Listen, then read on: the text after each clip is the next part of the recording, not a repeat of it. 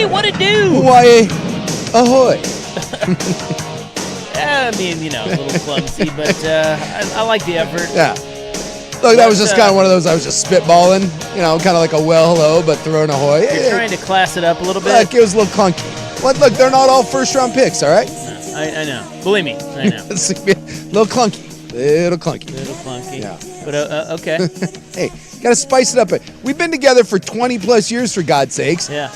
We need something I'm trying to do something nice for you. I'm trying to keep it spicy over here. Like I said, I appreciated it. Dude, you walk in, and, I'm trying to look pretty for you. What is that? I just look right by you, straight for the liquor cabinet. It didn't quite work. Get your hair done, and you don't notice. Next thing you know, you're like, oh, God, I'm in trouble now. Happens to the best of us.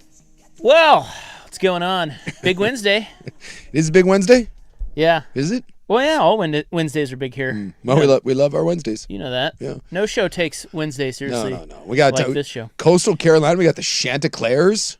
I mean, yeah, we were just reminiscing about Scoots McDermott. Well, anytime Baylor comes up, we got to talk to Baylor. The wins to rapes ratio. I mean, whoa, that sounds. Hey, that's tough out of context. Hey, it's our brows. For those who don't know, that's Scoots. He's an old Baylor fan. Yeah, when they were getting ready to attempt to fire Art Briles, the Baylor people were none too happy about that. Sure, there were a lot of rapes at Baylor, but hey, they won a lot of games. Rapes to wins ratio. It was when Kim Mulkey, who was the Baylor women's basketball coach at the time, said that if you didn't send your kid to Baylor because of, the rapes, she'd punch you in the face. Yeah. That used to be like a fireable thing, and now it's just like, whatever. She couldn't even find me. No. No. Like, what a dumb thing to say. Even if if she wanted to punch me in the face because I didn't send my kid to Baylor, what's she going to do, fly to Portland? Well, and to be fair, I'm pretty sure, I could take a punch from Kim Mulkey. Well, you could take it, but hey, she's still going to deliver it. Now, I will ask you, if Kim Mulkey punched me in the face, am I allowed to? No? No. She just winds up and decks me. She's an old woman. Can I push her? No. No, you cannot. And you know this. I can't push her? No. Can I shove her? No. No. You have to take it like a man. Headlock? What about a noogie? What about at most you can block the punches with your hands, and you could try to subdue her. Yeah, like a bear hug. But you better be careful with that. Yeah, because of my hands, it's. So basically, what you're saying is that old bitch can just walk up and sock me one, and I can't do anything. She knows this. Yeah, it's the advantage. This is her power. Yeah. She's an old lady that wears purple scarves. Well, I'm like leopard. Yeah, I mean, come on. Well, I guess now it's tiger. I mean, why would you even want to lay a hand on her? Oh yeah, she's 64. Yeah, come on, man. Well, I mean, What's wrong with you? I was merely asking the question because she was like, "I will punch you in the face," and I'm like, "Well, is there repercussions?" Well, yeah, she'd probably get in trouble for it. It wouldn't be good headlines for her. She punches Big Sook from the Fan. Yeah, but that might even make TMZ. Now I'm looking up photos of young Kim Mulkey. Or Page 6. That would be Page 6 material. Young Kim Mulkey? Would you? It's tough to overlook the crazy. But that could be, harnessed correctly. Harnessed correctly. Now I'm just thinking of Kim Mulkey in a feather boa just punching me in the face. Just half naked. That's it. That's what she's into. She gets a little kinky on it. But I do love from Penn State to Baylor. I love when coaches get all indignant over the idea that parents and just in general people would be uncomfortable sending their child to a sexual predator paradise. Somehow that was the Penn State thing too. They were all like, "How dare you?" I'm like, "Well, we're running systematic rapes for 3 decades." And one of your coaches knew about it and they all collectively went, It was the head coach's best friend, but I mean, not. Then Michigan State had Larry Nassar, and the Michigan State got all butthurt. Oregon State had their own with "How dare you?" You're like, well, I mean. Oh yeah, I forgot about that. Yeah. Or I can't believe you're bringing this up now. Luke Heimlich? Luke Heimlich. Yeah. Whatever happened to him? Nothing. He's done. He never pitched. Is he dead? No. He never got a crack. It turns out when you're convicted of child molestation, that stains you a little bit. But I do remember certain, I'm going to say all, but again, there was a big section of Oregon State fan that was like, "How dare you? How dare I How dare any of us bring up the fact that your star player was a convicted sex offender? Yeah, it's kind of relevant. Kim Mulkey and the rest of you. He's gone private on Insta. Yeah, I think he's just... Yeah, he retired from professional baseball in 2021. He pitched for the Tecaletes de los Yeah, he tried like Mexico, right? Yeah. There you go. Yeah. Who is it again that he pitched for? Tecaletes de los Loretos. Lake Oswego. That's All right. good. We're swagging. It we sounded need pretty good. We needed swag. What is that? Well, anyway. I remember he went undrafted, and I remember trying the Mexican leagues, and then it just, hopefully he's living his life somewhere, Well, change the name. who's the guy before us? Joe Fisher. Yeah. He was just in here, and he was like, yeah, I was looking for the Scoots McDermott bit. I'm like, dude, how on earth did you even find that? That was so many years ago. And I think we were at the other station, but maybe not. No, we were at the other station. Because Art Briles, that was when Art Briles was still there, and he left Baylor a long time ago. Yeah, that's true. And he tried multiple times too, and Art Briles never made it back. Art Briles was a hell of a coach, but that never left him. The stink, which is kind of impressive.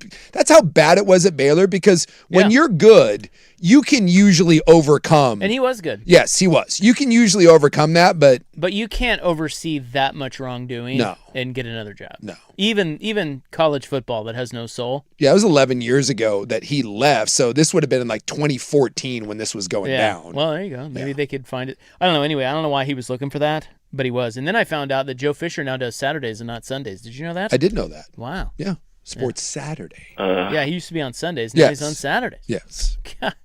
Yeah, someone pointed out Ohio State had all the rapes, and then they got their guy promoted to Congress. That happened too. Jim Jordan.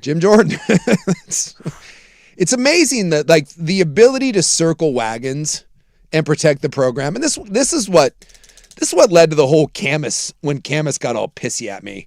I just kind of pointed out that whether it's high school or college, small towns, I don't know if they foster it. They allow stuff like this to go down, because when you can't do this in major cities because there's too many, one thing doesn't become the soul of that place. But if you're a high school, because this started, was it Steubenville, Ohio had theirs, where they literally had rape games. It was like a senior class football pride thing where they raped freshmen, and coaches knew about it. And the police department was involved in it. That's how disturbing that was. And you can't believe it goes on, but when a place like Steubenville, Ohio, when the football team becomes the whole pride and the sense of the town, that's when everyone will do anything to protect the program. And that happens at State College. It happens down in Waco. Small places is where that stuff goes down. And it's shocking that it just happens time and time and time again. And the solution to it is always just circle the wagons, get real defensive, and how dare you criticize us. And it's kind of terrifying. And that's when I pointed out that it's places like Camas. I'm not saying it happened at Camas, but growing up in Washington, Camas was was the fart place. Just smelled like farts because of the paper mill. And then it became kind of rich. And now it's got this huge sports program. And I'm sure, Laco probably has some of this. Camus's entire pride is built around their sports programs. And I just simply said that can be it. When you get a small place that defines themselves by their team, that can be troublesome, because they'll sweep anything under the rug, including what happened at Penn State or wherever else. Well, it's time for the Brad Boxberger opening prattle. And prattle we shall. I got to mention two things, okay? Mm-hmm. The first thing I have to mention is that it is unfortunate. However, Stevie Woke and I, at least tonight, we are not fading the fire. This is the first time. We are off of the fade the fire bit, and we're only 7 games in. It lasted 7 games. Yeah, I mean, listen, they're showing us a little something, yeah, and honestly, they're showing us a little too much. Mm. So out of respect, they're not even in the lottery right now. No, they're a half game from second in the whole league. Yeah, what are we doing? So out of respect for the deceased, we will no longer fade the fire until further notice. Could be tomorrow. I don't know, but we'll see what happens tonight against the Sun. The Sun are here. If the spread gets a little higher, it may even be back tonight for me. But just Now the question becomes 6.5 right now. Yeah, that's pretty large. Are you laying the points, or are we not touching it? No, we're not touching I would be on the Sun as it gets any higher. It's at 6.5. It's grown from 3.5 to 6.5 in a day. So the steam is on the fire. Yeah. Well, and the Sun are terrible. Right. They're awful. They're like 1-7. Yeah. And I think they want to lose. Yeah.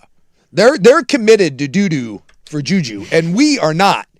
Our guy Shawarma, he can't be stopped. He's out there in his Fred Flintstone tickle toes. Our ladies, man, they're just too good. The chemistry's great. Yeah.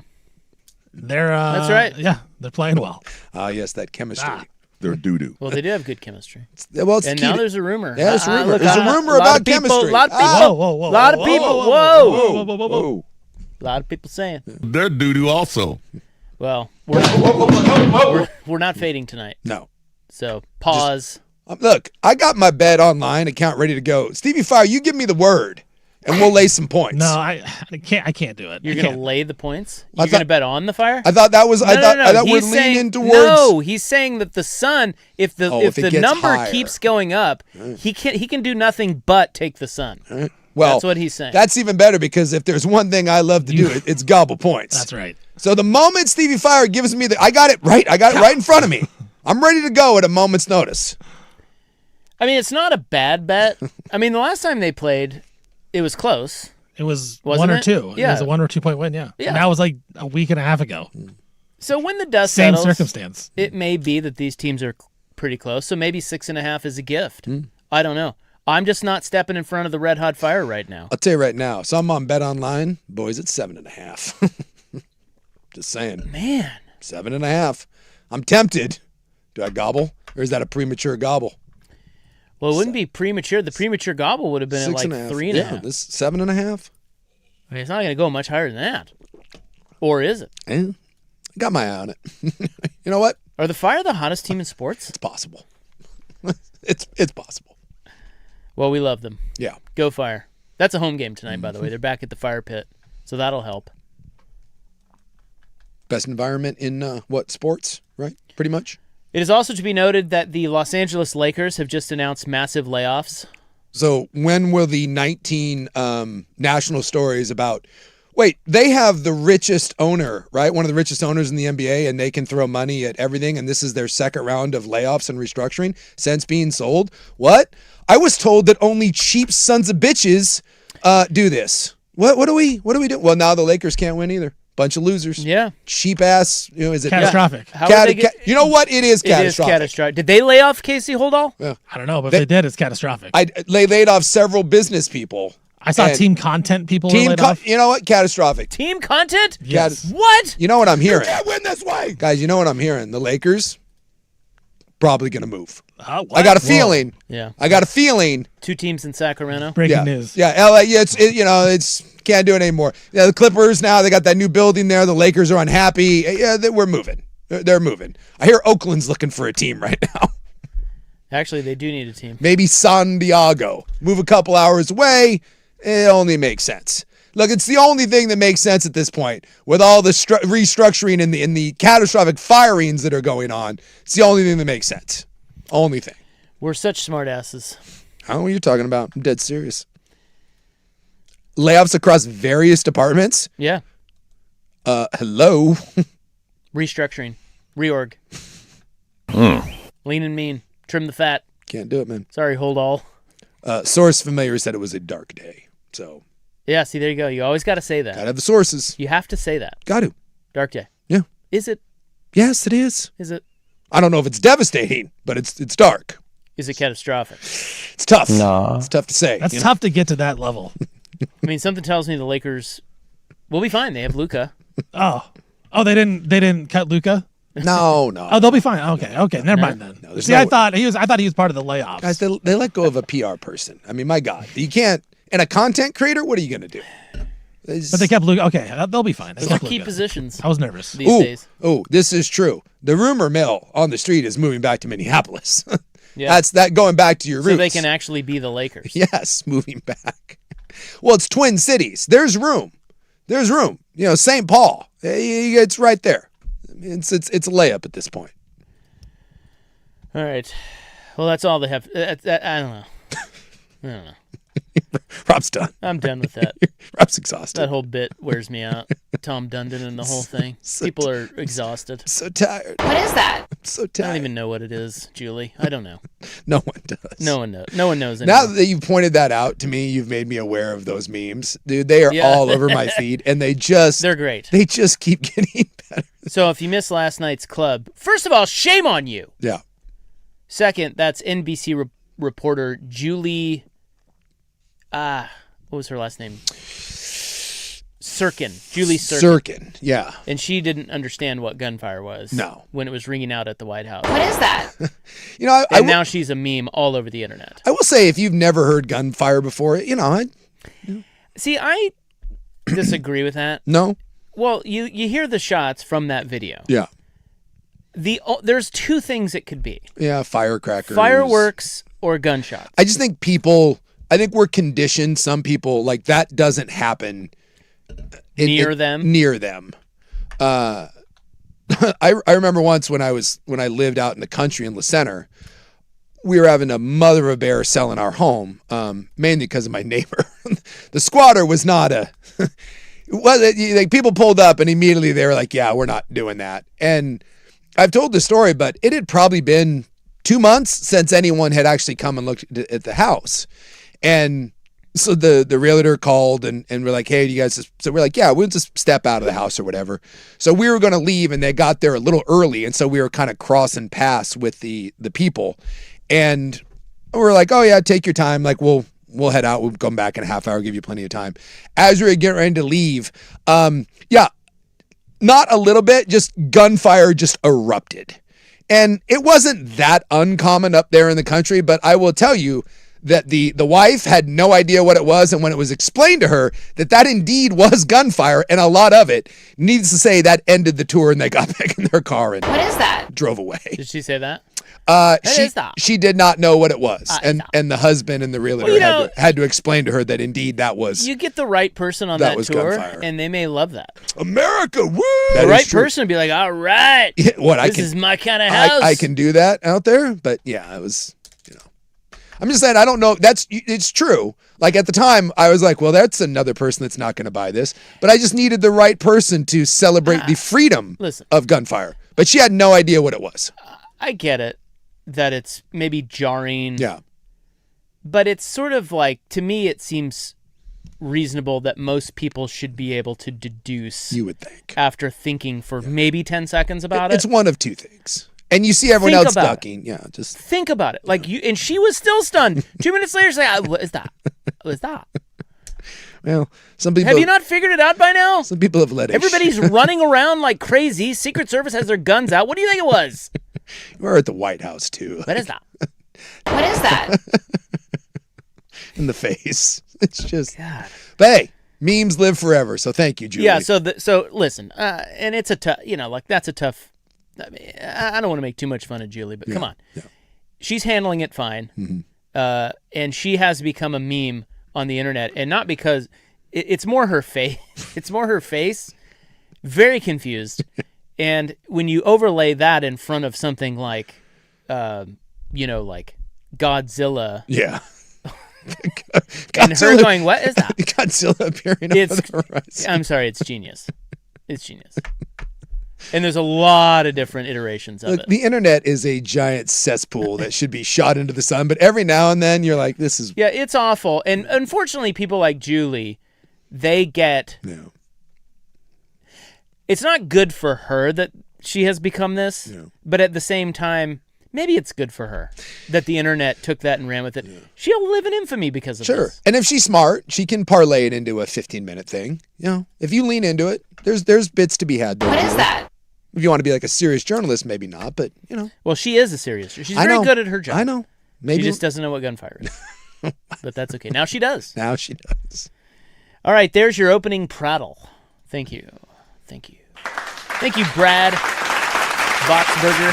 Wherever you are, we think Arizona. Gas can. Don't be mean to Brad Boxberger. If he has any chance of coming on the program, I need you to soften up. Tell you what would be a great Julie Sirkin meme is Brad Boxberger hitting another guy and her overlay right in front of me going, what is that? What is that? Being all confused. Like, And it's just the way she says it too. It's a little like what? it's a little like that lady from the my dead husband commercial.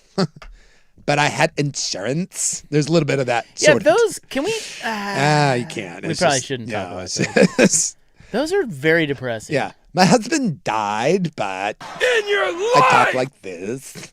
Yeah, she does the inflection after Yeah, every. yeah. I hate that. Yeah, it's a little.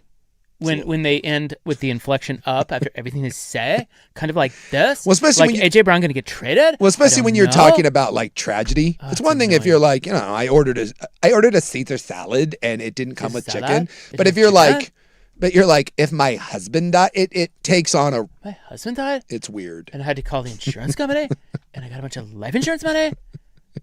It's a little What odd. is that? All right, guess who gets Frank Gay today? I don't know. Who gets the services? Are we going NBA? Wemby. Yeah. Wemby's That- getting the that little services. bitch. That little. Who is this? Who even is this guy? Fraud. That's next on The Fan.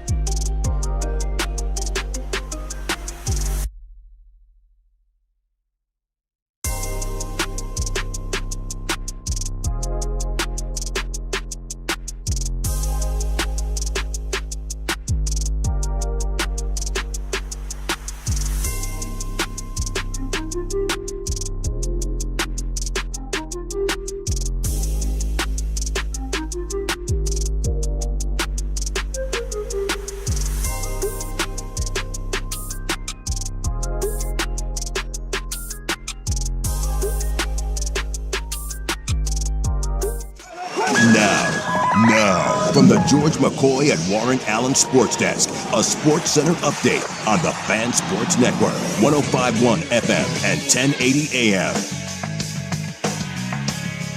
First on The Fan, some kickoff times for the Oregon Ducks have been announced for the first 3 games of the season. Week 1, September 5th, at home versus Boise State. It's going to be a 12:30 kick. That one's on the Big Ten Network. Week 2, at Oklahoma State. That's going to be an early 9 a.m. kick in Stillwater. That game will be on ESPN. Then September 18th, it's a Friday against Portland State, 7:30 kick on the Big Ten Network. Eastern Conference Finals in the NHL tonight. Hurricanes taking on the Canadiens. Game 4 in Montreal.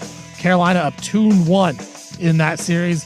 Packers running back Josh Jacobs, he was released from jail today after his arrest on several domestic violence charges, pending further investigation. Georgia coach Kirby Smart hinted that the SEC could break off from college football if they don't get what they want. Quote, "I've been a huge advocate that if we can't find rules that everybody plays by, then we should play our own." I'm not afraid to break away and say that our conference is strong enough to go out and play, end quote. Lakers, they have laid off more than a dozen employees today. Of course, new owner Mark Walters took over the franchise back in October. I'm Stephen Vaughn from the Georgia Coy at Warren Allen Sports Desk. Don't call your mom. Call Georgia Coy at warrenallen.com.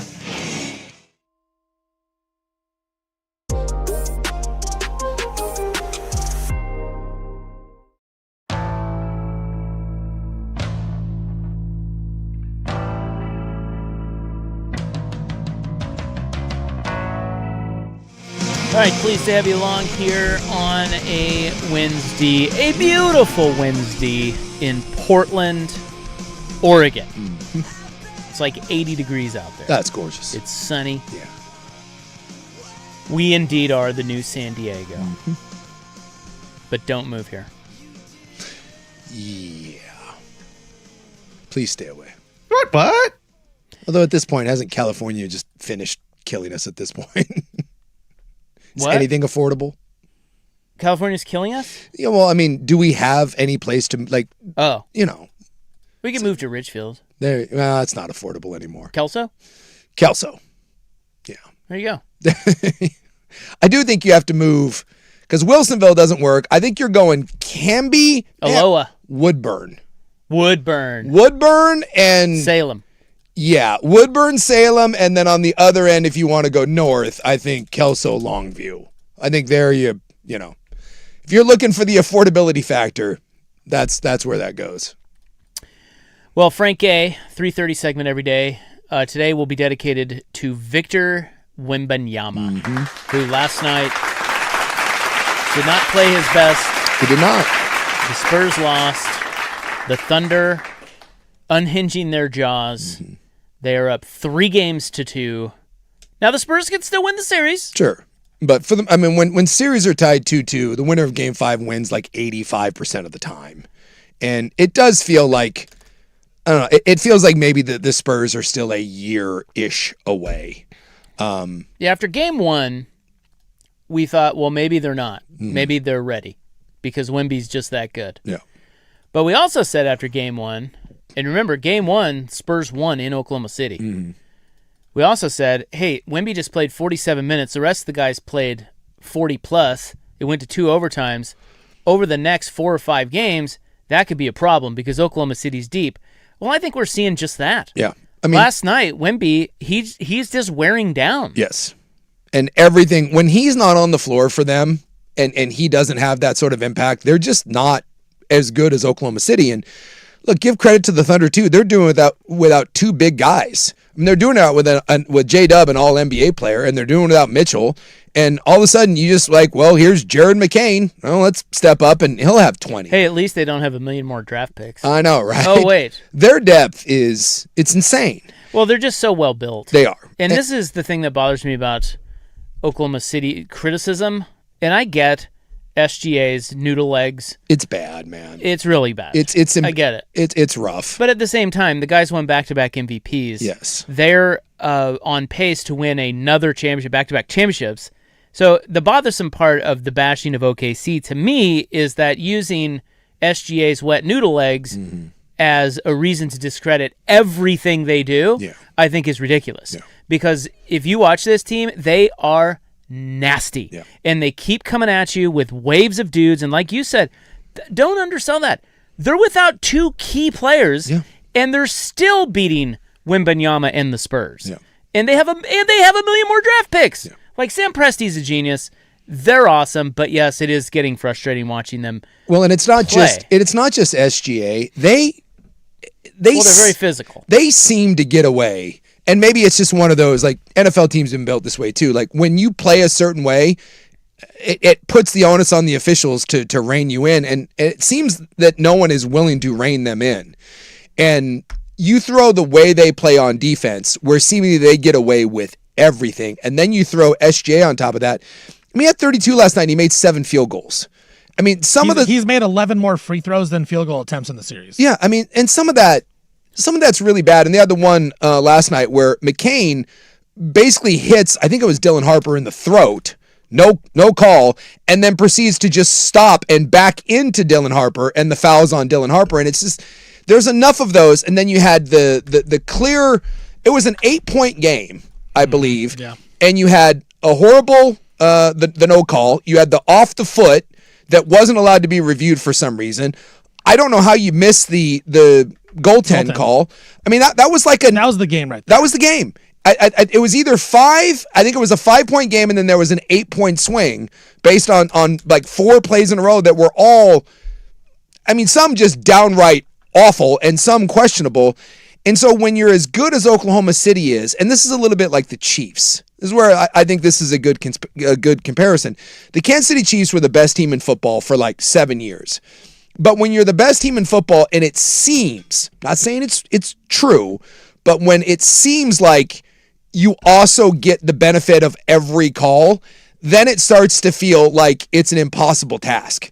Beating you is hard enough, but when you get every single call and it feels like one of your guys, your best guy, gets every call, how do you beat them? And so I get where the frustration in San Antonio and really the rest of the NBA lies. I get it, but it's up to you. You just have to you have to rise above it, and I'm not certain that anyone in the NBA is going to be able to rise above it. Because in theory, we should like the Thunder. They built their team the right way. They built it by trading away Paul George, getting draft picks, drafting well, and then turning SGA into a star. As Rob said, they play incredible defense. They play great team ball. Unselfish basketball on the offensive side. We should love the way they play. We should. But Shea ruins it for everybody because he does flop and he does get foul calls. But a lot of them, he's getting calls and he embellishes it, yes, but he is getting fouled. Like there was one in Game 4, I believe, where there was a clip going around of him shooting the ball and De'Aaron Fox getting out of the way. Apparently, Fox kicked him in the leg, in the foot, and everyone's like, "That's not a foul." Well, yes, it is. No. The whole series is very serious. You can't have people kick you in the foot, and so he embellishes calls, yes. He also is really good at drawing these fouls. Yes. Well, this is another thing that bothers me about this, and he does take it to another level, SGA. He does. Yeah. But flopping and getting away with physical play have been hallmarks of championship teams going all the way back. Yeah. We have such short memories on this.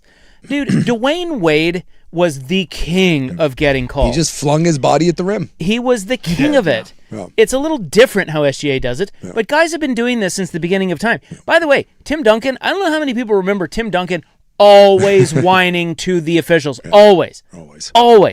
The Pistons. I mean, why do we glorify the old Pistons that used to beat the crap out of you to win championships? And this team, Oklahoma City, which does beat the crap out of you, and they're just awful and not legit. Like, that makes no sense to me. Why can we not remember that this is how you win? Basketball, especially at this level, this is high-level S, man. This is late in the season. These guys are doing everything they can to win the championship, and it is physical as hell out there, and they can only call so much. And these teams know that. Championship teams, since the beginning of time, have known that. Yeah. Boston was like this. Yeah. They're all like that. Yeah. So I just don't understand why. You're not going to blow the whistle on us every time, so we're going to push the envelope. This is how the game is played at this level. And San Antonio, by the way, is trying to match it. San Antonio is also getting very physical, but it's just that it's hard to beat Oklahoma City at their own game when they're one, they're better at it, and two, they're just deeper. It feels like it's hockey waves. And again, I the thing that impresses me is that so J-Dub was he second team All-NBA last year? Second or third? Second or third, yeah. Second or third. He was an All-Star, though. He was an All-Star. And I believe he was All-NBA. He's a top 20 player. I'm fairly certain that he was All-NBA. So, think about that. Denny wasn't All-NBA. He was the leading vote getter for a guy that didn't get it, right? So he was the 16th best player in the league. Think about the Blazers when Denny isn't involved. Think about how bad they are. When Dame was here, when Dame isn't on the floor, think about how bad they were when LaMarcus was gone. The Oklahoma City Thunder are without a better player than that. And then their other guy, Chet, has kind of been a non-factor. He just hasn't done much in this series, and he's a third-team All-NBA. And it doesn't matter. They're that good that it just... Kendrick Williams comes off the bench and hits 3 shots, hits 2 twos. It's insane. Yeah, they're amazing. You shouldn't be able to do this. But I will say, back to Wemby, the Spurs aren't that far. It's just that when you run into a championship team like Oklahoma City at this stage, this is Wemby's first run at the what is this, like 60 days, the playoff start to finish. Like, this is a gauntlet.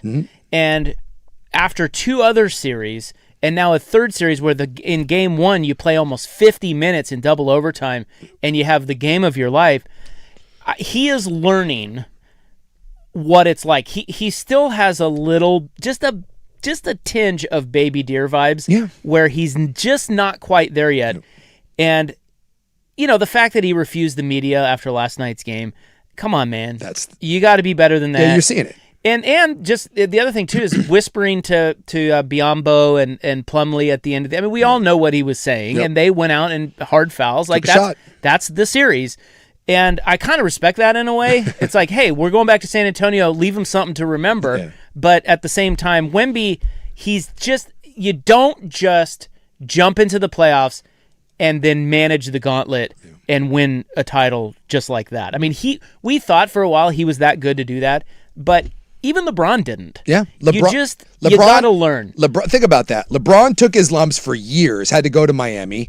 You think about Jordan got his ass kicked by the Pistons. The Pistons got their ass kicked by the Celtics. For the most part, like, in order to get over the hump, it doesn't happen always, but you usually kind of have to go through some. You got to go through some stuff. You got to go through this. The Thunder lost to the Mavericks before they got through. Yeah, you got to go through this, and that's the thing. If you're the Spurs, how old's Wemby? 24? 20. He's 22. He's 22. Yeah, he's 22. And Harper's a baby, and like, they are only going to continue to get better. And then you also wonder too, like, what happens if they decide to move on from Fox? What do they get back from him? Do you get some veteran guys that are going to play key roles? Like, and I think it was a free agent sign. I don't think it was a trade. The most underrated thing that Oklahoma City has done is they went out and got Alex Caruso. Mm-hmm. If Josh Giddey for Caruso. Did they trade? Oh, that's right. That's how. Yeah, they got Giddey. They got draft picks in that deal too, I believe. That's one of those pieces. Of course they did. Oh my God, that's one of those pieces that San Antonio is missing. Yeah. I don't know if Oklahoma City does not win the NBA Finals last year without Alex Caruso, and I don't think they beat the Spurs without him. He's awesome. It's just one of those. He's one of those guys. He might be the MVP in the series. He's awesome. So it's and he doesn't even start. No. And that's the difference right now between Oklahoma City is some of the seasoning and kind of those secondary players. San Antonio is a year early. We didn't expect them to be here. They play basically 7.5 guys. Cornette kind of plays, but not really. It's Keldon Johnson, Harper off the bench. Fox isn't 100% healthy. We see the immaturity in Wemby still, as we said, 22 years old, still learning. Like, this team is still scratching the surface, and look where they are. Like, they still have a chance to win this series. Yeah. Even with it's not all over. That. Having said that, they still have a chance to win this series. So it is pretty impressive what they're doing, but they are not even close to a finished product, where Oklahoma City can throw out 10, 11 guys when fully healthy. San Antonio throws out 7, and it's just not even close. No. Yeah, they're losing to the champs, and there's no shame in that. But you're right, it's not even like, we're going to get the best of the Spurs. When is that game? Is that tomorrow then? Yeah. I presume tomorrow. Yeah, that's going to be, dude, if Oklahoma City is able to pull that off. Yeah. That's it. That'll be impressive if OKC wins that game. Right, because you're going to get the best of Wembanyama.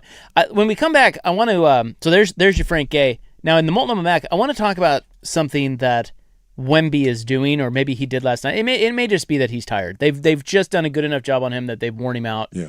But his kind of next evolution, part of the learning curve, I think, with him, as good as he is and as dominant as he can be, we saw Oklahoma City expose that last night. We'll get to that coming up next on The Fan.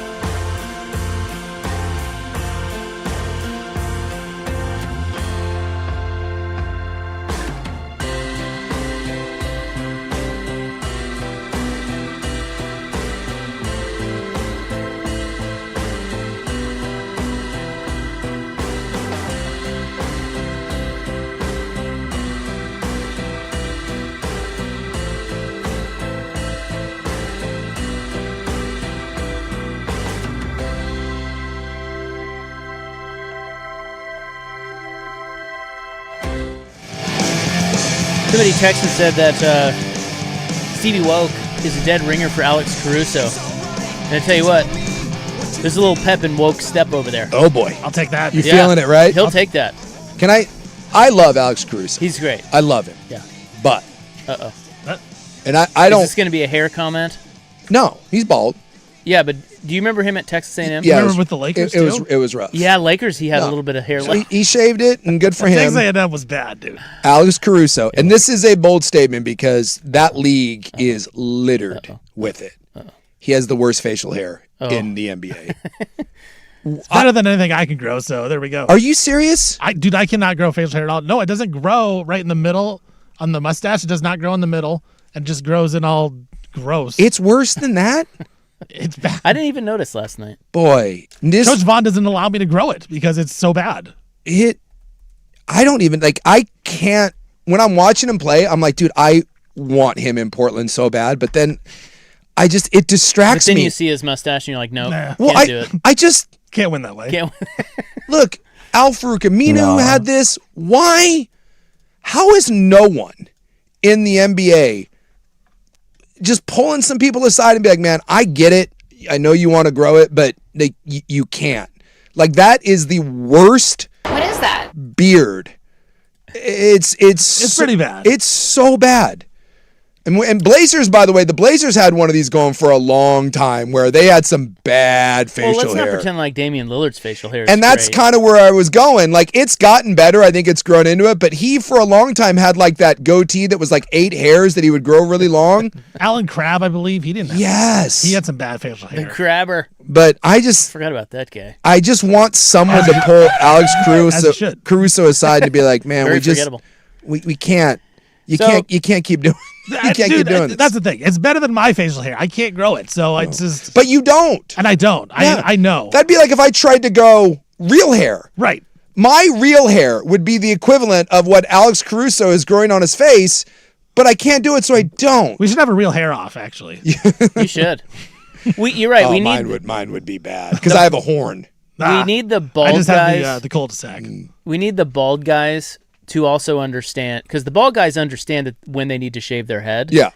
Bald guys also need to understand when they need to shave their face. Yes. So you take that same attitude about, hey, it's over, I just need to cut it Yeah. completely, and then have that. But with I their wish face. I could grow facial hair because I want to have some hair on my face or head, and I can't. Well, apparently Alex Caruso does too. I mean, but we all did that like when we were like in the 8th grade. But he's and balling And out. you tried to grow something, and then you're like, dude, this is terrible. But it's. I think you reach a certain point where you're like, hey, I'm 30. I don't care. I'm going to grow it anyways. And I guess you get away with it because you're worth millions and you're a great athlete. But there's no one that thinks that looks good. Nobody. His wife or girlfriend. No, maybe he does. Do they have to? Maybe he likes He can't. Maybe he likes it. No one in his life is able to pull him aside. No one. And it makes me sad. So if you want, the last thing on Wemby here in Multnomah Mac, and then we'll get to the college football points gobbler. Some Duck news today. If you want a legit reason why star players in the NBA sit out a ton and coast in the regular season, I give you what Wemby is being put through right now, and to some extent SGA. Yeah. I mean, they're really doing a number on SGA as well. This is why. I mean, it's impossible. They ride these guys like thoroughbreds, man. It's impossible to keep up that level all the way into, and they're not even in the finals yet. Yeah. You know, so you see Wemby starting to kind of wear out, and I think what you're going to notice about Wemby moving forward, I would imagine he's going to get back in the lab and he's going to improve, but he's also probably going to take a little more time off. Yeah. He's probably going to realize, oh wait, I don't need to go that hard in game number 62, you know, because you start to see it now because you're wearing out in the biggest series of your life. So the one thing, and there's really no kryptonite with Wemby, and maybe you just credit tired legs, or maybe you just credit Oklahoma City. But like LeBron James was unstoppable. Yeah. Like the dude, once he figured that out, he maintained that, right? All throughout his career, you really could not stop LeBron James. No. Wemby is already that, but he kind of bails you out sometimes. Like he hasn't learned to maintain it yet. And I think this is maybe where he gets back in the lab and improves, because Oklahoma City is doing a very good job on him and pulling him out of the paint. but he helps them out because he doesn't play close enough to the rim enough. Well, and that was like, how many times are you watching Oklahoma City score and you look on the court and you go, well, where the hell was Wemby on that? And he's way out on the three-point line. So him being 7'4" and having the handles in the shot like he does is amazing. That's an amazing skill. But at the same time, he gets lost on the court in effect. He only had 6 rebounds last night. That can't happen. He has to understand how to maintain his presence in the paint better. That's his next thing. That when he goes into the lab and he looks at the film, he's going to be like, oh my God, what am I doing out there? The guy can close in literally one step and he doesn't even have to jump, right? He can close on a three-point shot or he can close on a shot at the rim. He's that good. So it's kind of inexcusable how many times he was pulled away from the action last night. That's on him. He's got to find a way, or this coach has got to help him find a way to get back to the paint because that's where he's the most effective. Well, and I think to me, even Kendrick Perkins, who I can't stand, I thought had a really good point. Did you see Kendrick Perkins in the news? Oh, yeah, dude. That's a big boy. He was going at it at somebody's AAU game. It was his kid's AAU game, although he was doing the hold me back, which I love. Hold me back, bro. God, I love pretend tough guys. The fatigue factor, I think, to me, it plays a bigger role in what you're talking about than anything else. Because that was Kendrick Perkins' point. He goes, where was he? He's tired. He's tired. Yeah. And when you're tired, it just, what is the old adage, right? Fatigue makes a coward out of everybody. If you've ever played at any sort of level and are truly exhausted, like it's kind of embarrassing when you go back and watch tape and your coach is like, dude, what are you doing? And your only answer is, I just am tired. And so I think when you're asking him to play in these pick and rolls, when you're asking him to cover great distances, and then it's hard to get downhill and it's hard to get bumped by Hartenstein. You know what's easy to do? Stand at the top of the key, get a ball and shoot a jumper. And so when you're fatigued, it's that idea of what if Wemby is really wanting to take over this series, he should just drive. Because when he gets ahead of steam, no one can stop him. Well, this is what I'm saying. Yeah, but I so think you're always going to be tired. But this is my point, though. That's why I said, like, some of this is maybe just tired legs. I think to me that's what this is. But you're always going to be tired at this stage. Teams are going to wear you out. You got to figure that out. Yeah. If he figures that out somehow, maybe they manage his minutes a little better. Well, maybe they get a better backup for him. All year though, they have managed his minutes. He does not play big minutes, and Klingon but he has in the playoffs. Yeah, and that's it. And I think Oklahoma City figured it out early. And we talked about this that first game that he was dominant. It's the idea when you watch two boxers or two fighters, right? In like the UFC, it's calf kicks. And in boxing, it's body blows. And you see it in the first round or two, and all one guy's doing is just kicking the other guy in the leg or he's hitting him in the body. And it doesn't look like much. And maybe the other guy's even winning. But all of a sudden, you get into they call them the championship rounds. You get into rounds like 8, 9 in boxing. You get in rounds 3, 4, 5 in the UFC. And all of a sudden, that guy just can't move anymore. And I think that they have body blowed Wemby to where in some ways I think they've broken his will and they've broken his spirit because I think he's beat up. I think he's sore. I think he's fatigued. I think that's why he left the arena last night. I just think he feels like he has gone through a war. Remember after game 1, Dylan Harper said, that is the hardest game I've ever played in. You see this like in the olden days when teams would play the Steelers or the Ravens or when they would play when the Ducks would play the Stanford team. It wasn't even that game. It was the game or two after where you just couldn't get back up from it because it was so physical. And I think that is what Oklahoma City's done. And everything you talked about is spot on. And I think the root of it all is he is beat up and he is fatigued. And I don't think he knows how to handle it. He's either got to He's never been here. He's either got to get on the sauce or he's got to get on the LeBron program. He has to. Well, LeBron got tired. And again, SGA's tired. PPO, Guy, HGH. MVP level players, you're going to get tired. You have to learn how to still affect the game. Now, I'm not saying he has to go 41 and 26 every night. He can't. That's impossible. Yeah. I'm just saying that was he was 6 rebounds, dude. Yeah. In the biggest game of the year, you gotta be able to affect the game. The only more way than you that. can beat him is by beating him up. And we talked about in game 1 how we thought Hartenstein couldn't play in the series. He's changed it because he's beating him up. Yeah. That's all he's doing is Yeah. he is hitting Wemby. Wemby has to go in the offseason and get physically stronger. It's not about the jump shot. It's not about your actual game. It's about getting stronger. Well, it's like Jordan. how When do Jordan you- got beat up by the Pistons. Yeah, he hired the trainer. Yes, he had to get stronger and go through this. Wemby has to do the same thing. I forget who the trainer was, but he's a famous. Yeah. He's like the world famous trainer, and Jordan gives him credit for getting him over the Pistons. And I think Wemby's the same thing because you can only beat him up. You can't Yeah. block a shot. You can't really change his offense or defensive game. You can hit him, and that's about it, and it'll make him tired. And then he settles. I don't think many humans, even professional athletes, know what it really means to be pushed to this level. They just don't. Like, you're in great shape, I get it, and you run and you lift and you prepare and you go through a season, but this is different. This is Ali Frazier going to the hospital at the end of those fights, and you don't know what shape you can get in. You don't know. This is like when you make a Navy SEAL and they go through Hell Week. That whole thing is designed for you to be like, I didn't think I could get here. I didn't think I could be this cold. I didn't think I could be this tired. Because you think you have limits. And I think Wemby is finding that out. And he is. He's going to come back better from this. But to me, as I'm watching it, I feel like he's in the red. I feel like he's reached a point and he doesn't have anything left in reserve.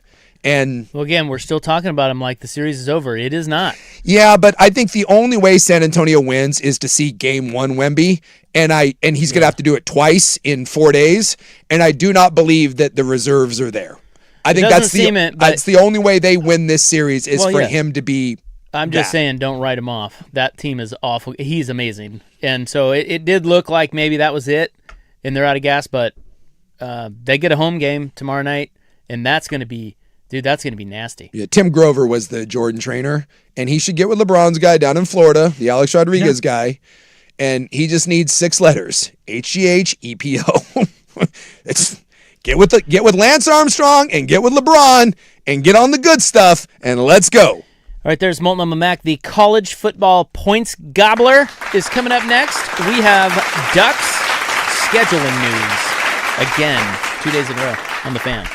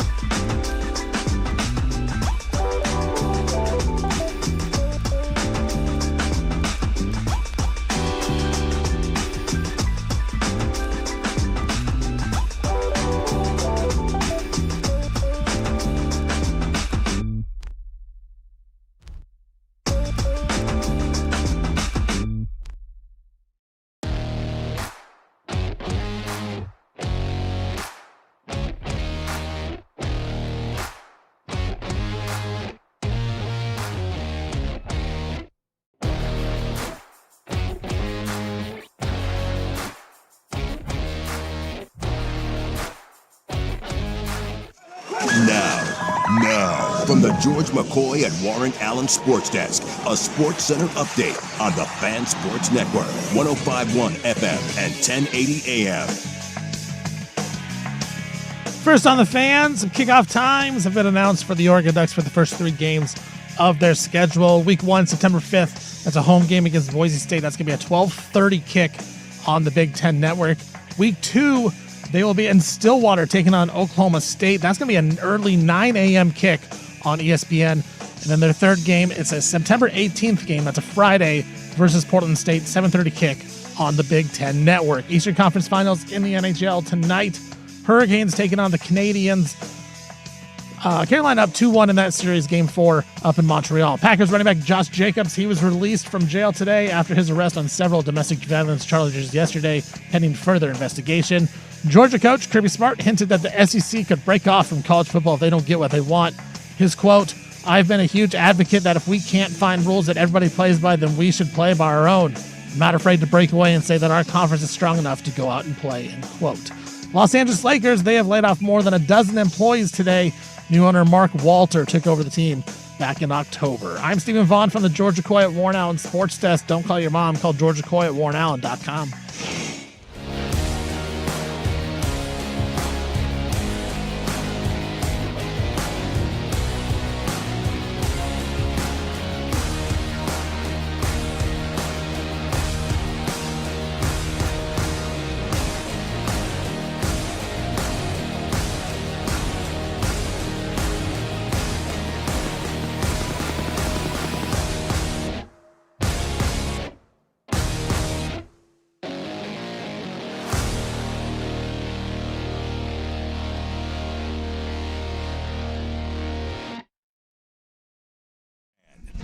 All right, pleased to have you along. A little Wednesday with your sportsmen, your sports bros. Time to turn our attention to a real sport. Football. Oh, it's football. It's Division I football! It's the SEC. 4 o'clock every day, we call it the College Football Points Gobbler. We talk a little college football with you because we know you love it. Mm-hmm. Love it. Now, Kirby Smart said something today that, I'm not going to call Kirby Smart a dum-dum, but it was kind of dumb. Well, Kirby likes him some Kirby, and he likes him some Georgia and some SEC. Yeah, man. Don't we all? But some more than others. I don't know. I thought one thing he said was kind of stupid. Anyway, we'll get to that in a moment. Kickoffs have been announced for 3 Oregon non-con games. Are you excited about this? Let's do it. You start planning your tailgating now. On the 5th of September, the Ducks host Boise State. Mm-hmm. And the last time they played, that game was dynamite. Boise had them. Special teams is the only thing that let Boise down. That will be a 12:30 kickoff on CBS. So that's good. It's still weird to me that the Big Ten is on CBS. I know. Strange. Doesn't seem right. And then you have the 12th of September. You're playing at Oklahoma State. Mm-hmm. That will be a 9 a.m. kick on ESPN. Do you like waking up to... it's on the road, so at least it's not at home, but do you wake up Saturday, make a little breakfast? I like the early kicks if I don't have to go to the game. But isn't that like, to them, that's like a 7 a.m. start, right? Yes. To the players? Yeah. That's awful early because that's 2 hours ahead. But I think Oregon does stuff in the morning. I don't know. I don't think that stuff is great, but I'm not certain that it has the impact that you think. Plus, Oklahoma State is ass. Now they do have a new coach, but if this was Ohio State, I wouldn't love it. But is it?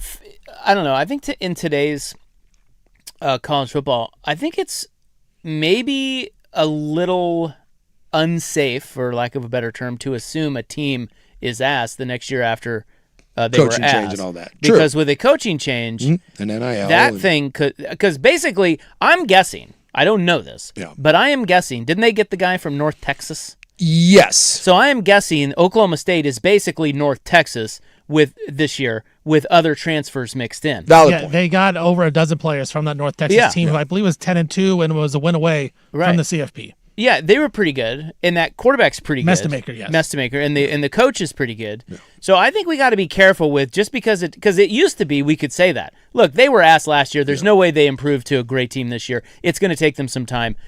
In today's college football, I don't know, man. Yeah, Oklahoma stuff can State, change. I mean, we saw they got the running back and the quarterback from North Texas, basically. Yeah. So that offense from North Texas would be in Oklahoma State. Well, and no one, and I mean, this is akin to Indiana. Yeah. It is. I'm not saying that this guy is Kurt Signetti, but nobody thought anything of Signetti coming to Indiana and bringing all these James Madison players over. As a matter of fact, I would imagine some fans were like, James Madison, those guys can't play here. Yeah. North Texas, those guys can't play here. Well, you're about to find out. That might be that at 9 a.m. I'm not saying they're going to lose. It's just I don't think writing off Oklahoma State just because of last year, I don't think is smart. It's not. That is not the time you want to kick. But something tells me that Dan Lanning and company will be just fine. That's the thing right there. Is Lanning doesn't lose to these teams. No, he'll win. We talked about it either last week or earlier this week. Like, and you'll get one of those. I've played those games. They haven't lost to an unranked team yet. They've never lost to an unranked team. And this is one of those two where Oregon does a lot of morning workouts and stuff to kind of prepare for it. And it's what is this week 2? Yeah, week 2. Yeah, week 2, and week 1 is Boise. So it's not the layup but at least you get a tune-up game. And my guess is that all the way through camp, you'll probably have some early morning stuff. He will make sure that their body clocks are more adjusted. I think this would be a little harder if this was in the middle of the year and you're used to one thing, but early in the season, you'll make your adjustments. Yeah, they'll be fine. Very trustworthy. I was just making the statement that it's an early time. We can't. No, it's not just that. It's like we can't write off teams just because they sucked a year prior. Yes, we got to be careful and that's the other thing. It's probably going to be very hard in college football in the first few weeks to really gauge how good or bad a team is, some of these teams, because they have such turnover and coaching changes. Yeah. Like I don't know, who there's no way to know what Oklahoma State's bringing to the table. No. It could be good, it could be awful. Yeah. No clue. Yeah, I mean, and you got a lot of programs from LSU to Florida to Arkansas to Auburn. Exactly. All those schools now. And you're right. It used to be early days, we'd look at a transfer portal and you're like, oh my God, there's 26 new kids here. And you're like, well, there's no way. But we've seen enough schools now that are able to do it with 26 new kids and it works just fine. UCLA is another one of those. That's the team I was going to bring up. With Chesney, who brought a lot of those guys over, and UCLA wasn't void of talent, and neither is Oklahoma State. Like you would think that. I mean, there's some resources there. So that is a valid point you're making there is don't dismiss Oklahoma State. I probably was a little too, because they were bad the last couple of years. We got to train our brains to think differently about some of these teams. Yeah. New coach next week, Portland State. Oh, wait, by the way, one other thing on the game time, and this texture is correct. It is 11 o'clock there, 9 a.m. here. Yes. So the Ducks... It's not 7 a.m. to them. It's 9 a.m. to them. Oh, okay. West Coast time is 9 a.m. Okay, I thought you were saying that it was 9 a.m. That's how dumb I am. I thought that's what that. I was thinking it was 9 a.m. there, but no, that's stupid because then that would make it 7 a.m. here. They don't kick off at 7 a.m. So yeah, that you're gonna be fine. Those guys are total losers. It's an early kick, but they're doo-doo. You're fine. 9 a.m. is not that tough. They're doo-doo also. Because if you've got a 9 a.m. kick, your body clock, you're probably up at 5:30. Like 5:30, 5:45, you're probably getting out of bed. Because you're going to go through some pregame stuff. You're going to get to the stadium. You're going to get taped up. You're going to walk. Yeah, I mean, that's... But again, it's 11 out there. It's 11 out there. So I'm saying to your body clock, it's a 9 a.m. kick. So to your body clock, you're waking up at about 5:30 or 6. That's... Yeah, come on. Yeah, we all do that. You'll be fine. Get some coffee. And we got to get ready for the game, too. You'll be fine. We got to go outside, walk the dog. Yeah. Take a morning growler. From an NFL standpoint. Yeah. Obviously. From an NFL standpoint, there is something about West going East. That is the thing. West going East, but that's NFL where the players are a little more... well, you go East in college now, too. Yeah, but again... 3 time zones. The difference in the NFL is the rosters are all somewhat even. They ranked the Oregon roster in just the Big Ten teams, and they have a top 3 position rank at every position in the Big Ten. And I know Oklahoma State's going to be better, but Oregon is officially at the point now with this roster it's a top 3 roster in the country. They should absolutely overwhelm teams like Oklahoma State. Yeah, but I'm saying 3 times. I think the thing in the NFL is three time zones. 3 time zones in the early kick. If you go west to east, you go 3 time zones and you kick off early, watch out. Yeah. Now, Oregon did that. They kicked off late, though. They were at Rutgers, if I remember correctly. And didn't they beat them by 1 billion? They went 3 time zones over there. They kicked off really late. That probably is true. I mean, it's Rutgers, for God's sakes. I'll see if I can find that. Yeah, they beat them 56-10. Yeah, they killed them. Yeah.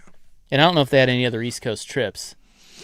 They didn't go to Maryland. No. I'm looking last year. They were in Northwestern, which is Midwest, at Penn State and Rutgers. Penn State's East Iowa. Or not East Coast, but I mean Eastern time zone. Yeah. Right? So I think that's as far as they went. But that Penn State game, I believe, was at night. Yeah. That was prime time. Portland State, that game is a Friday night on the 18th, and that kickoff they're saying is obviously 7:30. Yeah. Because they're not going to play it like 12:30 on a Friday. Although that'd be kind of cool. Yeah. No one goes to work. No one's going to that game anyways. Well, just check out for lunch at noon, and there you go. That's one of those. That'd be like a big nooner Friday lunchtime football. Well, and plus moving it back to the late kick. I mean, obviously, getting there is the hard part. I just wonder how many people are going to look at that, even with the late kick, and be like,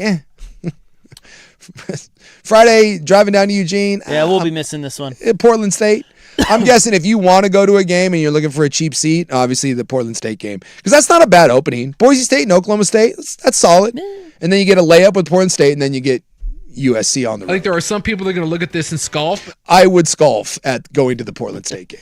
As would I. Nah, I'm good. Elsewhere for the Ducks, they have announced the cancellation of their upcoming home-and-home with Baylor. Yes. 2027, 2028. That is off. So, of course, the 2028 game is replaced by Oregon State, which they announced yesterday. And the 2027 game at Autzen is being replaced by Coastal Carolina. Yes. Get ready for that. Whatever the hell that That's is. the guy. That's the we need more dogs. Need more dogs, yeah. I mean, I know he's not there anymore. But They've had a decent program. They've done all right. But I think you mean program. Program. But this is, again, a fun little game. Is it? No, it's not. Well, sure it is. No. Yeah. Is it fun simply because they have colored uniforms and Well, it's better than Portland State. Is it? Yes. By 1 billion. It's all the same. Maybe 1 million. Yeah. So here's what Kirby Smart said. So that guy. You know him? I'm familiar. Yeah, he's the coach at Georgia. He's advocating for the SEC kind of doing their own thing. Yeah. What an idiot. Well, the Big Ten and the SEC are in a pissing match because they can't agree on anything. And everyone else hates the Big Ten and the SEC because they make a gajillion dollars and the rest of you don't. Congress is working on the dumbest bill that will never pass, and it basically aims to neuter the Big Ten and the SEC.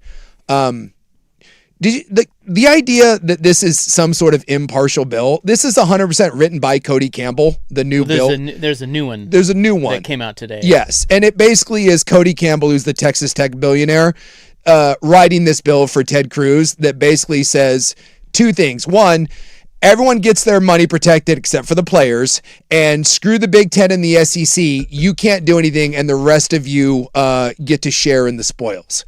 Who does that benefit? Oh, yeah, Texas Tech. It'll never happen, but it's an asinine proposal. But this is kind of where Kirby Smart is kind of coming from, is that everything that's being brought up is being made to lessen the influence and the power of the SEC and the Big Ten, and they can't agree to kind of come together. And this is leading down the comments that Kirby's going to make. So he said, quote, "I've said this for a long time to our president. I've been a huge advocate that if we can't find rules that everybody plays by, then we should play our own. I'm not afraid of that. I'm not afraid to break away and say that our conference is strong enough to go out and play." Then he said, and this is where I think this is kind of dumb, what he said. He said, I mean, if we could actually function and it financially would make our programs more stable and we could support things financially, I'm talking about all the sports, and do by our own rules, I'd be all for that. I mean, I've been to these meetings now 10, 11 times, and it's frustrating at times to say, well, we can't do this because of litigation. We can't do this because of litigation. We can't do this because we'll get sued. We can't do that.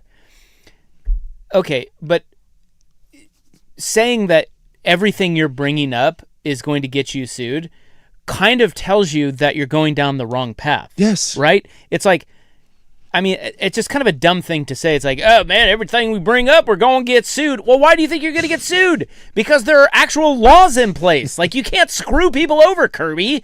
So I just thought that was a dumb comment, but I don't even know what that would look like. The SEC is like, what does that mean? I think we're just going to go play ourselves, and the winner of the SEC is the national champion? No, but I think the idea is like back in the olden days where you had the NFL and the AFL is that, we're going to go play our own slate, and then you think you're going to come back for some sort of championship window. I think that's what he's saying is we're just going to go govern ourselves.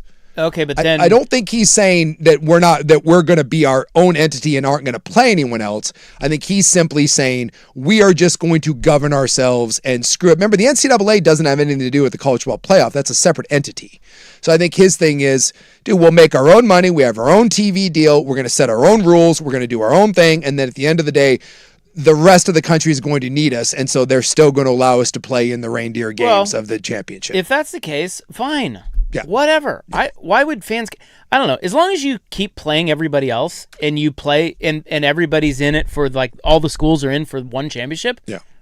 What's the difference? Well, the idea is already it's so tilted, and the SEC, if they set the rules one way, and this is the problem with college in general, is you already kind of have in some ways this where everyone has their own rules and regulations. But if it truly goes that way, and the SEC really does have no salary cap to speak of, no NIL laws, no transfer rules, no nothing, and everyone else does try to implement those, then there would be a giant advantage for the SEC.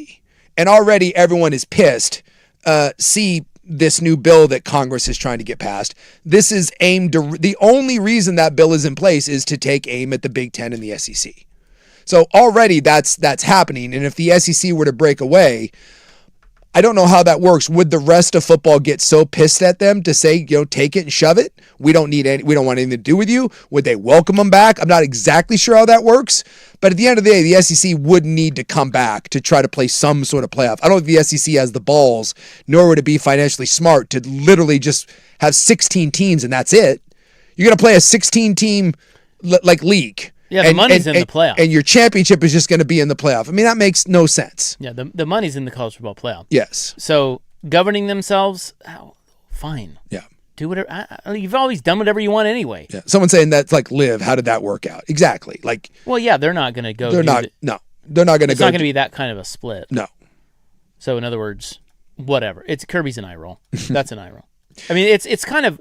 I think what they're doing is just they're threatening because they want to get everybody together at the table to agree on something. Well, every one of these stupid things that gets thrown out, whether that's by Nick Saban or whether it's by Congress, or remember that they had that summit at the White House, it all dances around the idea that there are already rules that are in place. The problem is no one follows them. You guys are incapable of following the rules that you set up, and you can't enforce them because they are illegal. And it's just, and so everything that they keep doing is all dancing around the fact that it is illegal.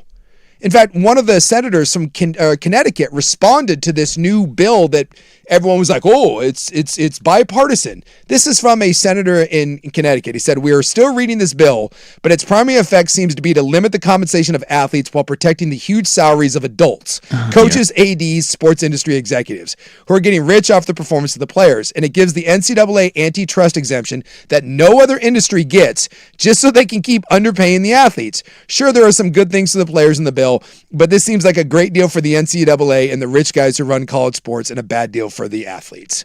That's from it's 111 pages too, by the way. Yes, this isn't going anywhere. The only way God, that thing's enormous. This happens is, again, there's 5 key components. I was reading a Harvard law professor, and he said there's 5 things that the NCAA is asking for, and he said any one of them in any industry would be hard to get antitrust exemption for. They're asking for 5. He said the idea that that is going to pass, it would be unprecedented. And so we're back to the idea of we keep dancing around the notion of the one thing that could solve it, and that is collective bargaining. Because in this, they're saying that you can pool the rights and everybody sell the rights as one, which is antitrust. But the players don't get a say in what they get paid. I mean, it's ridiculous. And by the way, they're basically making it so that the Big Ten and the SEC cannot expand, and that you only need a certain percentage of votes from all the conferences and schools to enact any sort of change. And because they're limiting what the Big Ten and the SEC can expand to, they're basically saying, no, you have to stay the same size. Guess who wouldn't need the Big Ten and the SEC to invoke the changes? The rest of the country. So they're basically telling the Big Ten and the SEC, you're going to split the profits with everybody and you guys can do nothing about it because we're limiting you while everyone else gets to vote. Yeah. It's insanity. And there's your gobbler. All right. But hey, don't worry. Ted Cruz is on it. And by Ted Cruz, I mean Cody Campbell.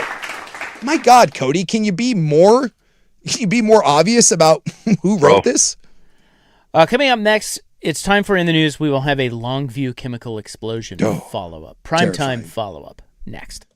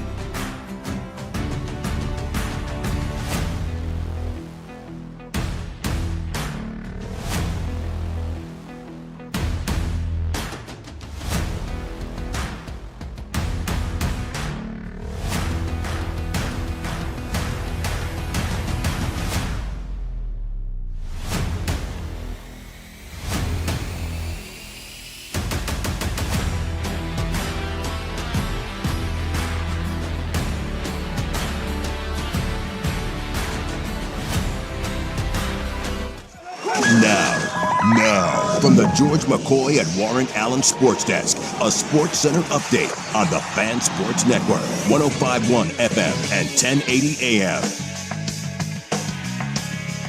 First on the Fan, Oregon Ducks kick times and TV networks have been announced for their first 3 games. Week 1, September 5th, is going to be a home game against the Boise State Broncos. 12:30 kick on the Big Ten Network. Week 2, September 12th at Oklahoma State. It'll be a 9 a.m. kick Pacific time, 11 a.m. local time down to Stillwater. And then September 18th, that's a Friday, Week 3 versus Portland State. Going to be a 7:30 kick on the Big Ten Network. Eastern Conference Finals in the NHL tonight. Hurricanes taking on the Canadiens, Game 4 in Montreal, Carolina, up 2-1 in that series. Packers running back Josh Jacobs, he was released from jail today after his arrest on several domestic violence charges pending further investigation. Jacobs turned himself in yesterday. Georgia coach Kirby Smart hinted that the SEC could break off from college football if they don't get what they want. Quote, I've been a huge advocate that if we can't find rules that everybody plays by, then we should play by our own, end quote. Los Angeles Lakers and new owner Mark Walter have laid off more than a dozen employees today. Walter took over the team back in October. I'm Stephen Vaughn from the Georgia Coy at Warren Allen Sports Desk. Don't call your mom. Call Georgia Coy at warrenallen.com.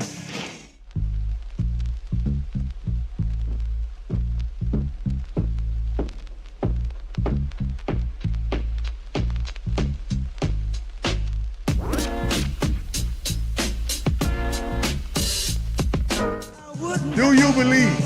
All right, it is May 27, 2026. It is time now on our show for In the News. I'm your noted and humble newsman. Thank you. Thank you. Thank you. Please be seated. What is that? Today is Nothing to Fear Day. Oh, I think there's plenty to fear. Start with chemical explosions. I don't know about you, I'm terrified of chemical fires.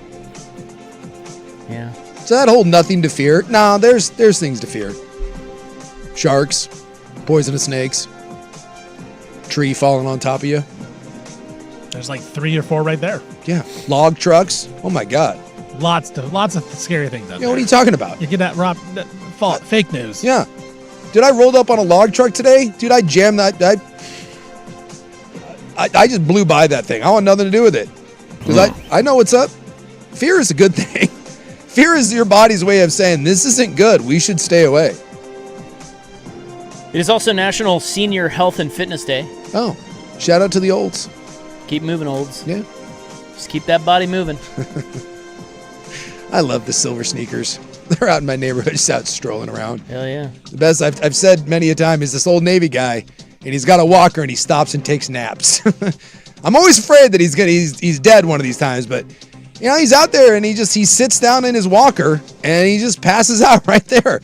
Takes a little nap and then he wakes up like 45 minutes later and keeps going. Guy's the man. Is there anything better than a little cat nap? In the middle of a sidewalk while you're, I don't know. Yeah, probably feels great. I'm always worried about him though, because I feel like he's very vulnerable. Like, you know, we got nobody's gonna mess with him. What about a coyote or something? A coyote? They don't attack people, do they? Oh, old man sleeping on the walker. What's a coyote want with an old man on a walker? I don't know. Maybe he wants to take his wooden leg. I don't. Is that easy pickings? Normally, I would say that a coyote isn't a danger, but dude, this guy's like 90, and he's out there on his own. I love it. I like the independence, though. Yeah, keep cruising, dude. Yeah, love you that old guy. Fella. Yeah. Well, the Longview chemical explosion has ravaged that area. Not great. No. That's the follow-up. Oh. Well, there's 2 dead and that are confirmed, and there's 9 that they haven't found. So there's 11 dead. Yeah, there's no hope of survivors, but they said that they can't. They had to stabilize the tank. Yeah. There's still liquid in the tank, and so it's unstable. So there's risk of more spillage. Yeah. So they can't, and they can only work on it during the day and assess it during the day. So once they can stabilize the tank, then they can begin recovery efforts. Yeah. But they're not, like you said, I mean, obviously they're not going to find anyone alive. No. The deceased, I didn't see a second dead. I'd only read 1. Yeah, there's 2 confirmed dead and 9 are missing. So mean, Yeah, the one deceased was a man. His name was Gilbert Bernal. Yeah. And I didn't see the second one. The firefighter who was injured is out of the hospital, so they survived. And they're also saying that there are still exposure concerns for those inside. Yeah. Yeah, the one guy you said is the only one that they've identified, but there is another one that is confirmed, and I'm guessing maybe the family hasn't wanted that name released or whatever. But yeah, I mean, you're dealing with one of the more like nasty liquids on the planet. Yeah, I'm guessing that cleanup is very, very challenging. Like, how do you even go? Like, I don't even know how you go about that, clearing that. What sort of special equipment has to get brought in? And well, they're saying that they're wanting people to steer clear of water. Yeah. In the immediate area. Yeah, because it can seep in. Yeah. This is all kinds of. Well, bad. the other thing too is like they don't know the cause of it. So what is to stop it from happening again? Like there's a lot of there's just a lot of things that need to be done here. It's amazing that this doesn't happen more when you're dealing with these giant plants that are dealing with just these highly explosive, just deadly chemicals.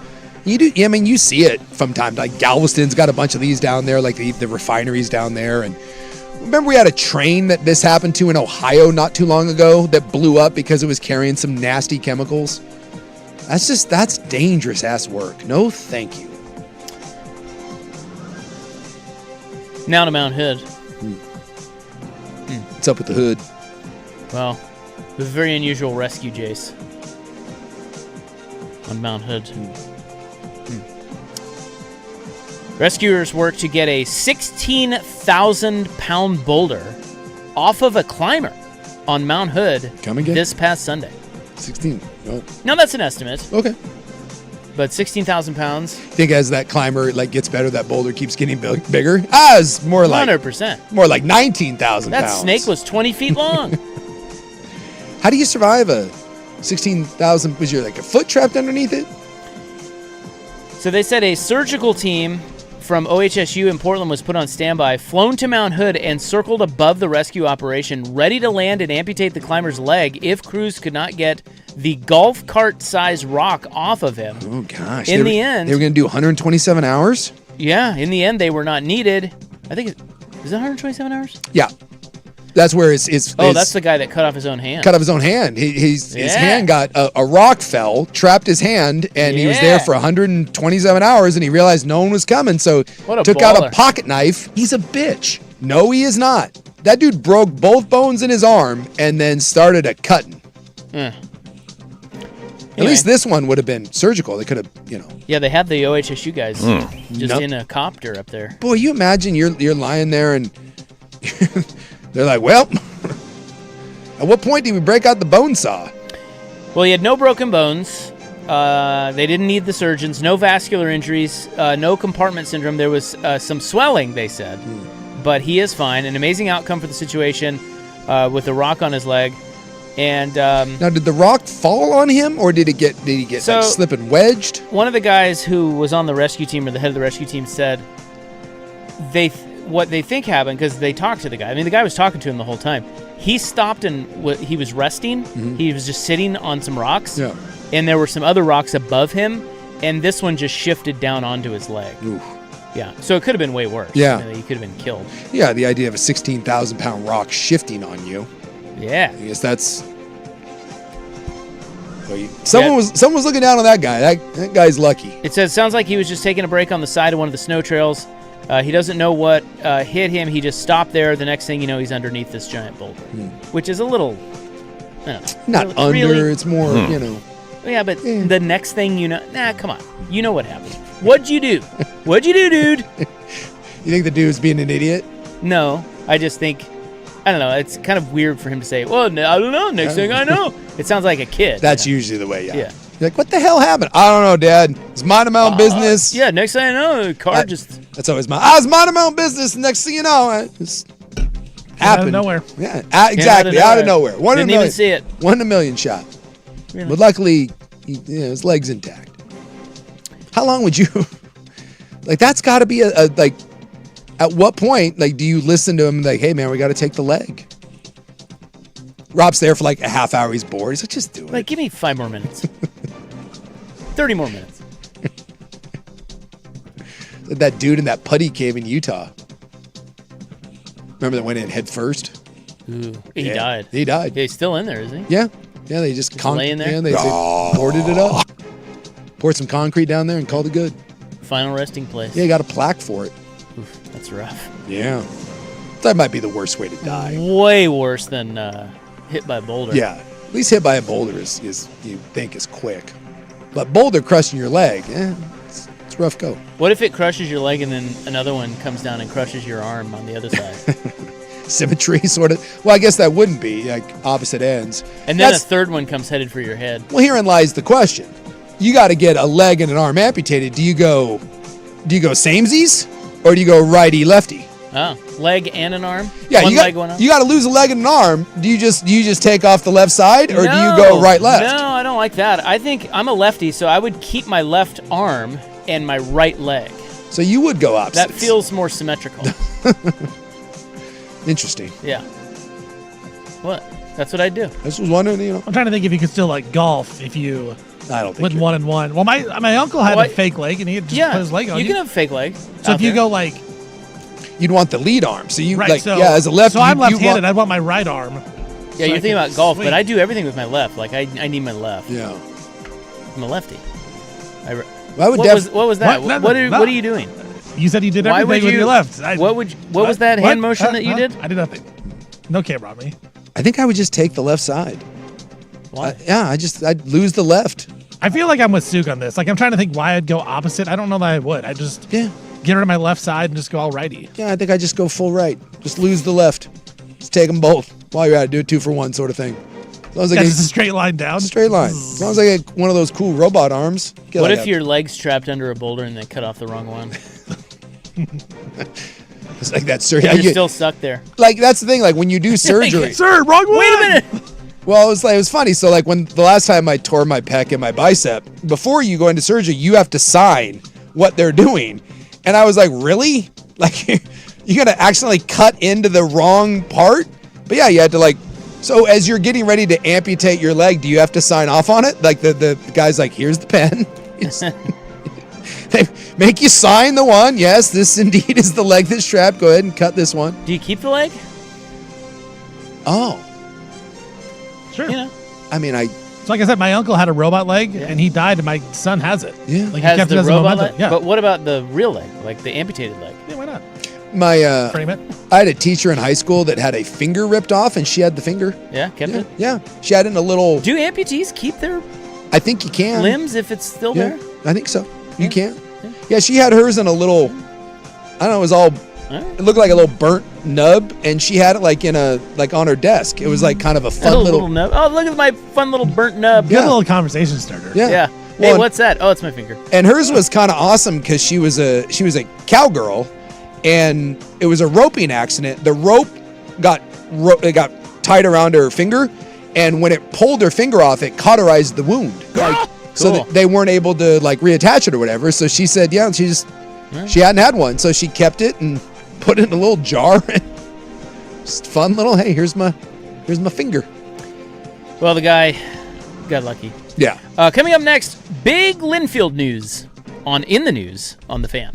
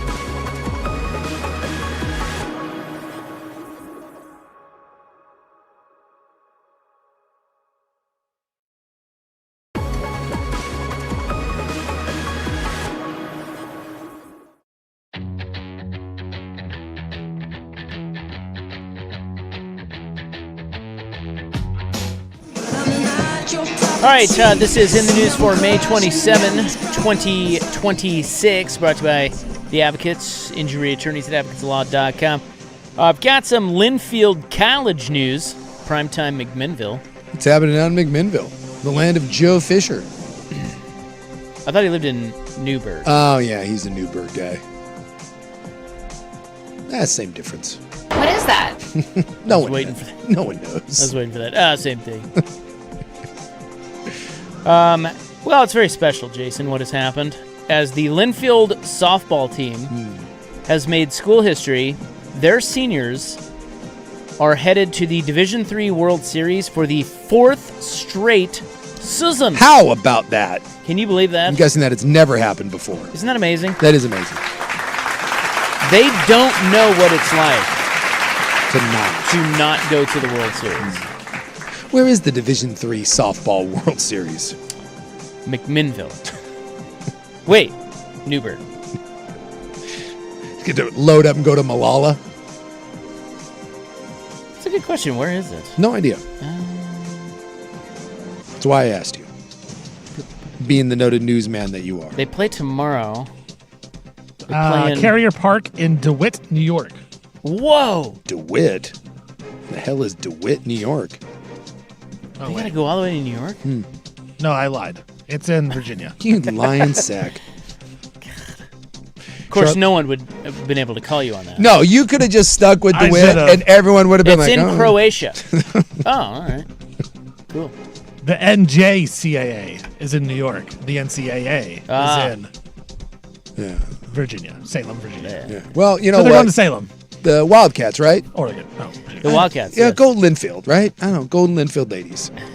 Unless you're a bunch of jerks, then I hope you lose. Well, I don't know anything about the No, Linfield softball team. They're not a bunch of jerks. You don't know that? I don't know What if that. they're real uppity out there? I'm giving them the benefit of the doubt. I don't even care. Even if they're jerks, I want them to win. Yeah, champs. Local.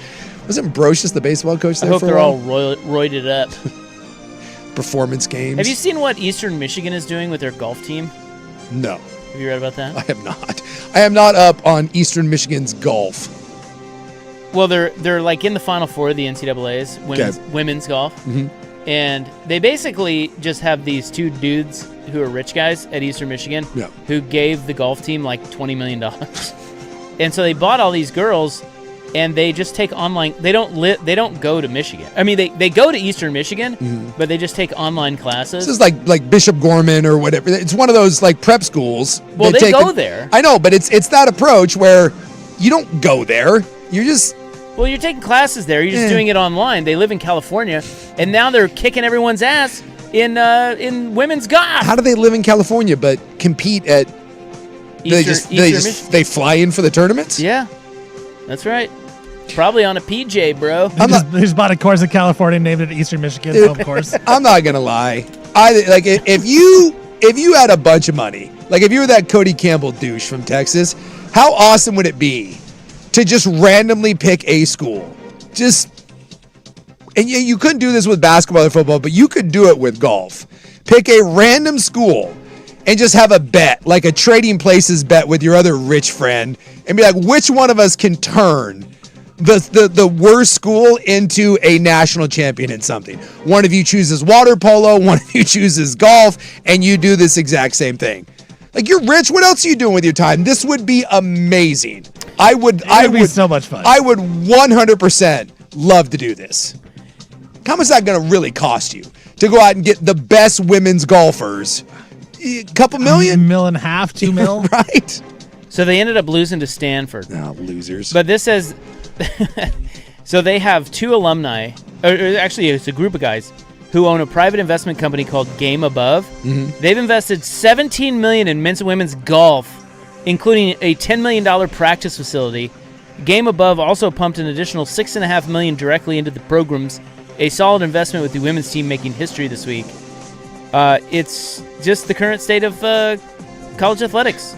I would make ITT Tech the greatest golf team of all time. Just some online correspondence school. What is it, New Phoenix or whatever? Yeah. That's some sort of online where there's not even a real campus. And we're like, you know what? We may not have a real campus, but we're going to have a hell of a golf team. I think you just keep the banners at your house. Yeah. Is New Phoenix banners trophy? I think it's gone. Is it gone? I don't know. Well, we're bringing it back for the golf team. I see those ads like on there, like, come to Southern Missouri University. I don't think it's a real place. Oh, no, they are. Phoenix, it's called Phoenix College. Phoenix College. Yeah, it's still a thing. Yeah. Could you turn Phoenix College into the greatest equestrian dynasty this country's ever seen? I don't see why not. Yeah. I mean, men's hockey's got a little bit of this. Like, there's a bunch of weird rando schools that are good at men's hockey. Baseball's got a little of this. So Linfield plays Redlands tomorrow. Their seniors are in the Redlands Division III. I hate those. Well, those girls. World Series. I hate them. For the fourth year in a row. No. Congratulations. Pretty awesome. Tip of the cap to your Sailor Wildcat. We are fast-tracking the canceling of Cesar Chavez. Oh, we're going back to 29th, are we? No. No? No, we have a new proposal. How much is this going to cost? Because I thought our city didn't have any money, but we're going to find like $8 million to change this. Well, this is important. This is important. Goes to the ways and means of a committee. Well, of course. So, a Portland City Council committee unanimously advanced a proposal Tuesday to rename Cesar E. Chavez Boulevard to Campesinos Boulevard. Now, this is the gal that was raped by Cesar Chavez but worked with him, right? Is this the same? I think that's right. I think so. I think you've got that right. What's her name? Campesinos? Is everyone just going to call it Cesar Chavez for like the next 20 years? Well, I sure hope not. Or 39th. Is that what it is? It's 29. 29, whatever. Is it? Or no, you're right. It's 39. 39? It's 39. It's whatever. So now this proposal was introduced by Loretta Smith, and it would bypass city code that requires the support of 2,500 Portlanders or 75% of residents living on a street before a name change can occur. So they are going rogue on this. Oh my God. So no, Campesinos is not. You're wrong about that. Okay. Because but you're right in that we talked about that. They did discuss that. Yeah, they threw out a name, and everyone was like, who the hell was that? And it turns out she was another lady that worked with him, but was also assaulted by him. Apparently, campesinos is a Spanish term for farm workers, and supporters say the name would honor the Latino community in their fight for labor rights. The full city council will now hold a hearing on the measure. Now, as someone that I frequent this road, my buddy lives off a division, so I go down 39th all the time. That's not a Spanish part of town. Like what? And by the way, it is 30. Yeah, it's 39th. 39, yeah. You were saying 29th, I thought? Yeah, it's 39. Yeah, it's 39th. Yeah. Is that that's not a big Spanish part of the city. I think that it is. It's not. I haven't seen that anywhere. Hey, shut up. Last time I stopped into Tom's on 39th or Cesar Chavez, I didn't see any Hispanic people. It's happening. Maybe it's further down. Maybe I don't go to that part. I don't know. It's down there. It's over Lake there. Oswego. But I love how we don't have any money for anything, but we're just going to bypass. Like, it's God. The important things. The important things. Can't just call it 39th. Well, the residents are divided, according to the story I'm reading. Some want 39th Avenue back. And, of course, they have to change their addresses, you know. Yeah. How about just... And that's no fun. No. Can't we just leave it alone? No, you can't have that. No.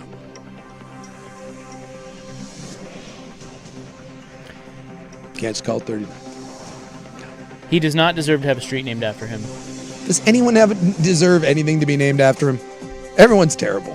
They just are. We shouldn't name anything after anyone because chances are, once we look into it, it's not going to be good. It really isn't. It's just all bad. Anything in before 1960, I feel like. I'd say anything now, period. It's just bad. Don't look into what's named after anything. Yeah. I read a book once, like Operation Paperclip, about how we went and got, after World War II, we got all the Nazi scientists. And we were like, no countsies, just come over there. And like half of our science prizes are named after those people who just did the most horrific things known to man. Like if you're in any sort of science field and you win like a fellowship and award, it's named after a Nazi. And everyone's like, I don't know. That was during the war. We welcomed him over. Certainly anything that was named after someone in the 40s and 50s, do not look into it. The John Wayne Airport. Don't look into it. It's problematic. Just to circle back real quick to the chemical explosion in Longview. They're now saying chemicals have leaked into the Columbia River. Oh, my God. Yeah. It's almost as if having a big, giant caustic chemical plant by a river is a bad idea. You're being asked to stay away from ditches and dikes around the facility. That's actually really, like, if you're up, that's scary stuff. No, that is just horrible. Awful. Something tells me that we're going to be feeling the effects of that in the river for a long, long time. But hey, 39th Boulevard. Cesar Chavez. Cesar Chavez. Yeah. Fast track that one. All right. That is in the news for May 27, 2026, brought to you with the Advocates, injury attorneys at advocateslaw.com. We've got headlines coming up next on The Fan.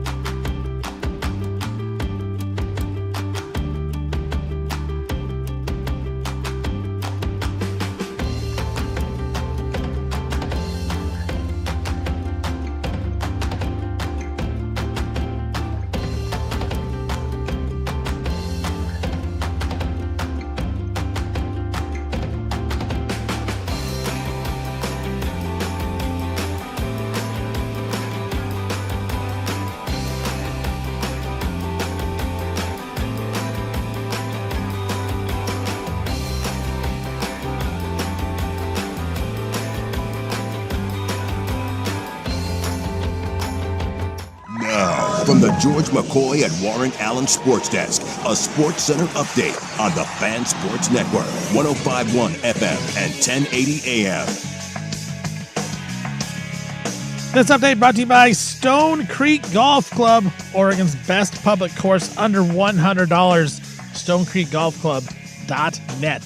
First on the Fan, kickoff times have been announced for the Oregon Ducks in their first 3 games. Week 1, September 5th, a home game versus Boise State, 12:30 kick on the Big Ten Network. Week 2, September 12th, on the road in Stillwater, taking on the Oklahoma State Cowboys. That'll be a 9 a.m. Pacific time kick, 11 a.m. local time there.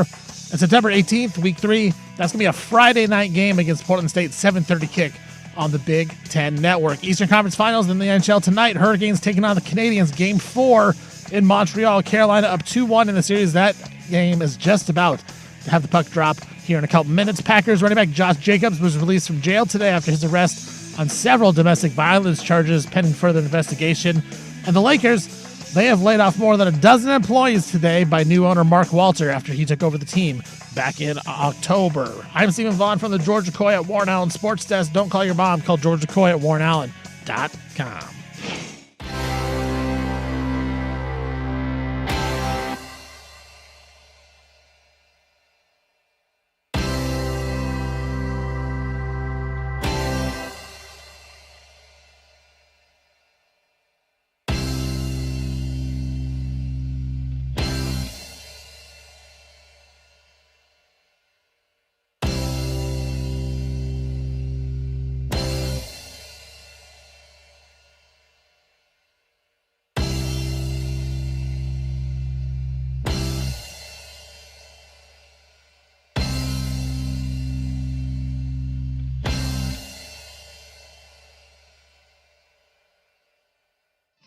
Welcome back. Hope you're having a nice little Wednesday. Sports Bros here. My name is Isaac. Sada. His name's Zook.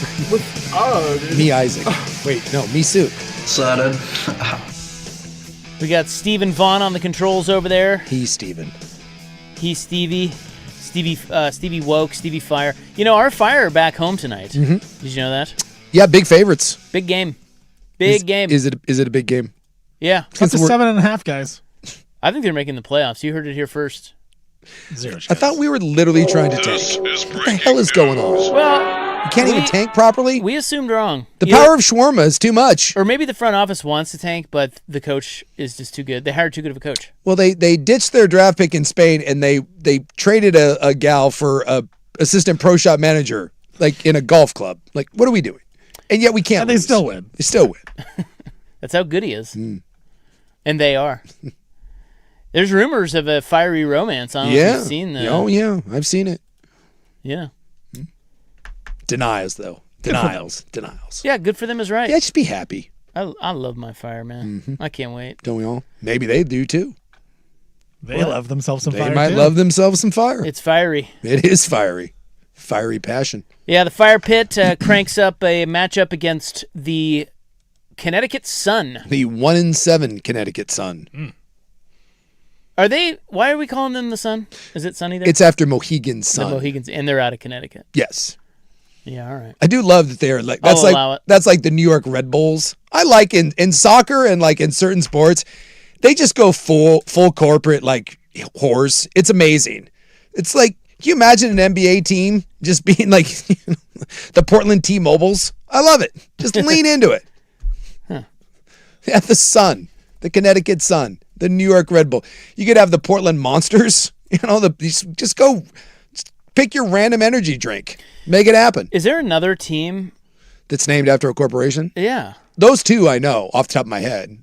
I don't know if Who else there's did you say? Red Bulls and who? the New York Red Bull or the soccer team in New York, and the Connecticut Sun is after Mohegan Sun. I don't. Yeah, but it doesn't really sound like a, like a corporate. It's not sunny in Connecticut. Well, I know, but it.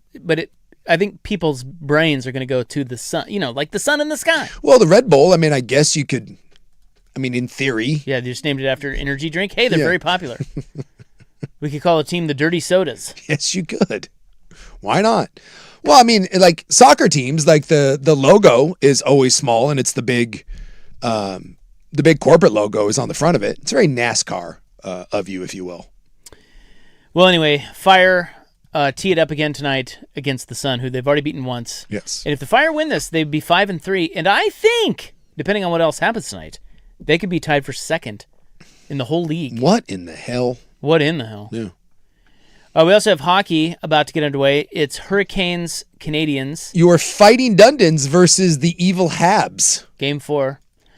Yeah, I think, look, I feel pretty good about my Carolina bet right now. Mm-hmm. They lost game 1, but they've taken control, and they win tonight, and I think they're headed to the finals, bro, against Vegas. Which is, I mean, I know that no one here really pays that much attention to hockey. This is an unbelievable story. Yeah, they just swept Colorado. Yes, and Colorado had a top 10 regular season of all time. When I tell you that Colorado was the best team in hockey, it was not close. How did they get swept? What the hell happened? Well, there were some injuries, but dude, the Knights are just a buzzsaw. And the Golden Knights, they were basically a 500 team. They fired their coach with like 9 games left in the regular season and weren't a playoff team. And they went on a run. I think they won like 8 of 9 to end the season, managed to weasel their way into the postseason. And now they're just doing this. And they've had some battles. It's not like they've just been on this unbelievable run. And then they play Colorado and it's like, well, all right, the luck is run out. This would be the equivalent of like, you know, I think Dirt and Sprague were talking maybe like from a record standpoint, the Phoenix Suns sweeping the Oklahoma City Thunder to go to the NBA Finals. Well, That's what's happening here with Vegas. But that could never happen. Or that would never happen. It would never happen. Which is probably why hockey's so great. Yes. Is that in hockey it can. Yes, you can get in this. the NBA, that you can't have. That would never happen. No. There's no chance that Suns team sucked. Yes. No chance they sweep Oklahoma City. Yeah, Is that really the equivalent? It is the equivalent. From a record standpoint, yes. That is the equivalent of them. That's the equivalent of the Phoenix Suns from a record. Yeah. No. Dude, they fired their coach with 8 or 9 games left. That's how bad it was for Vegas. Well, I just think it's cool that a team can get hot like that. And I mean, they didn't just beat them, they swept them. And now they just sit and wait for like a week. Yes. They've absolutely pummeled them. This is good for me and my Carolina Hurricanes because we wanted no part of the Avs. No one did. Yeah. So this is going to be a hell of a series. I might be the dumbest person in the world. Whether it's Montreal or the Hurricanes, this is going to be a hell of a series. And Vegas is probably going to be favored with the way they're playing coming off of that. I saw that Carolina was favored. Carolina would be favored over them? Yeah, and then if it's Montreal, they said Vegas would be a slight favorite. Okay. If the Vegas Knights have only been in existence for 9 years. This is their 3rd Stanley Cup appearance. They went to the Stanley Cup Finals it really is one of the best modern day stories of all time. Their first year in the league, they went to the Stanley Cup Finals and lost. And then like 3 years later, they got back, won. And now here they are again, and they're back in it. Imagine like all the long suffering teams, like what we've been through in Portland. You've been in existence for 9 years and you have you've been to 3 of these. And they've won 1. They've won 1. Wait till our Portland Fire reach year 9. You're going to be like, well, the Valkyrie was pretty 5 championships. Yeah. Well, the Valkyrie were pretty good last year. The Valkyries were the first WNBA expansion team to make the playoffs in year 1. Yeah. So this says if Vegas plays Carolina is minus 125, and Vegas would be plus 105. And then if they play Montreal, it's Vegas minus 190, and then Montreal would be plus 165. This is gonna be interesting. Like, are you seeing a bet in there? I don't know. Stevie Betts? At this point, just based off what Stu said, I mean, they've turned it around at the end of the year. I would say sample size says they are an above average team, but not a great, not an elite team. So to be that big of a favorite in the Stanley Cup final seems a little big to me. Well, Carolina is the best team left. Carolina is the best team, but there's something about the way Vegas is playing, and they've got a hot goaltender who has his own checkered past. Is he a model? No, but he is an accused rapist. What? Yeah. Well, all the more reason to root for the Fighting Dundons. He's got a really problematic past. It just seems so obvious to me. Come on, we're in Portland. We should be rooting for Tom Dundon's hockey team, the Carolina Hurricanes. No, he laid off sales guys. The fighting Dundons. And normally, I like the Canadians, and I'm not talking about the Montreal Canadiens. The country of Canada hasn't won a cup since the 90s, and it was Montreal. So I normally, when I don't have a team to root for, I root for the Canadians. I just want to see it. I think it'd be cool for that country to get a Stanley Cup. The whole place would go crazy. But with all of the anti-Dundon crap, I want to see Carolina win just so I can listen to more people tell me about how he's the worst owner and one equates to nothing and he can't possibly win, even though he's had, I think since he took over, Carolina has the second most wins in the NHL. And now they're on the doorstep maybe of a Stanley Cup. When he took over, were they bad? They were ass. They were cheeks. They were cheeks. Wow. And by the way, needed a new arena and were going to leave Carolina and they didn't. He got the arena done, refurbed it, has committed $800 million to building around the arena. And again, I think they have the second most wins in the NHL since he has taken over. But hey, worst owner in sports. What an idiot. They fired a PR guy. It's devastating. Catastrophic. I might be the dumbest person in the world. Well, I, for one, am rooting for his hockey team, mainly for my own wallet, but also for Tom Dundon to get one. But whoever buys a team, you should go talk to whatever Vegas is doing and do that. Because it's... Or the Portland Fire. Or the Portland Fire. I have never seen anything in my life quite like what the Vegas Knights have done in a decade. In other news, your Mariners are now atop the American League West. Oh, yeah. They swept the A's. Did they do that? They were doing the piggyback start today again, right? With Castillo and Gilbert? No. Gilbert pitched today. I know, but they're doing the piggyback starts. What do you mean? You haven't seen that? So with Gilbert, and they throw one for 4 innings, and then they throw the other one for 4 or 5 innings. No, I think both Gilbert, of them hate it. Maybe it was last night, but Gilbert pitched really well. I think he pitched 6 or 7 innings. I may be wrong. It was just Gilbert today. It was just Gilbert? How many did he go? He went 6 today. Yeah. Okay. Yeah, because I don't know if you've seen, but yeah, they were doing that with some of their pitchers. They were, because they have 6 starting pitchers, and they didn't want to move one of them down, so they were doing these weird piggyback starts where one guy would go 4, and then no matter what, they would pull him, and they'd put the other guy in. And I read an article where they were talking to both pitchers, and neither one of them wanted anything to do with it. Well, Castillo's been cheeks. Yes. So he doesn't have a leg to stand on. Yeah. He's lucky to be pitching. But they did bat Rob Refsnyder 5th. He's batting 122 on the season. Yeah, but he had didn't he hit a 3-run home run or something today? Or he had a big game today. Yeah. Rob Refsnyder, you remember that guy? No, I don't. Yeah, he hit a home run today. He hit a bomb. He's hitting 122. Dude, Rob Refsnyder's the man. Just realized the Mariners are a game below 500, but are in first place. That's You want to talk about being cheeks? That's right. I give you the AL West. Hey, I have Colt Emerson news. Yeah. So he is their hotshot rookie who's only 20. They signed to the big deal. Yeah, he's up. He's already up. He's batting 9th for him. Today, he hit a triple. And that was in just his 29th at bat. He completed the major league cycle. So he has a single, double, triple, and home run. That is one shy of the all-time major league record for the fastest to complete the major league cycle. Oh. He did it in 29 at bats. The great Cliff Heathcote of 1918 did it in 28. Hey, Seattle. So you're saying that record has stood for a while? Yes. I'm guessing the triple is the hard part of that. Well, yeah. Hello. What's he hitting? He's getting a little better. 258. Yeah. He's all right. There's nothing wrong with 258. It's like top 2 on the team, probably. Yeah, he's all right. Dustin May of the Cardinals lost a no-hitter today in the 8th and then lost the game. that always stings a little bit. Whoops. Did you know he had a no-hitter the other night? Combined no-hitter. Yeah. Does that really count?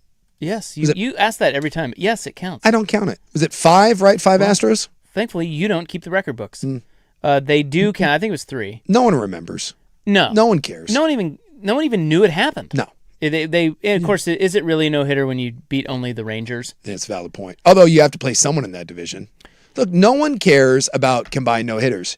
The combined no-hitter is like getting a hole-in-one on a par 3 course. It doesn't count. Yeah, no one cares about no-hitters, really. You don't have to buy beer.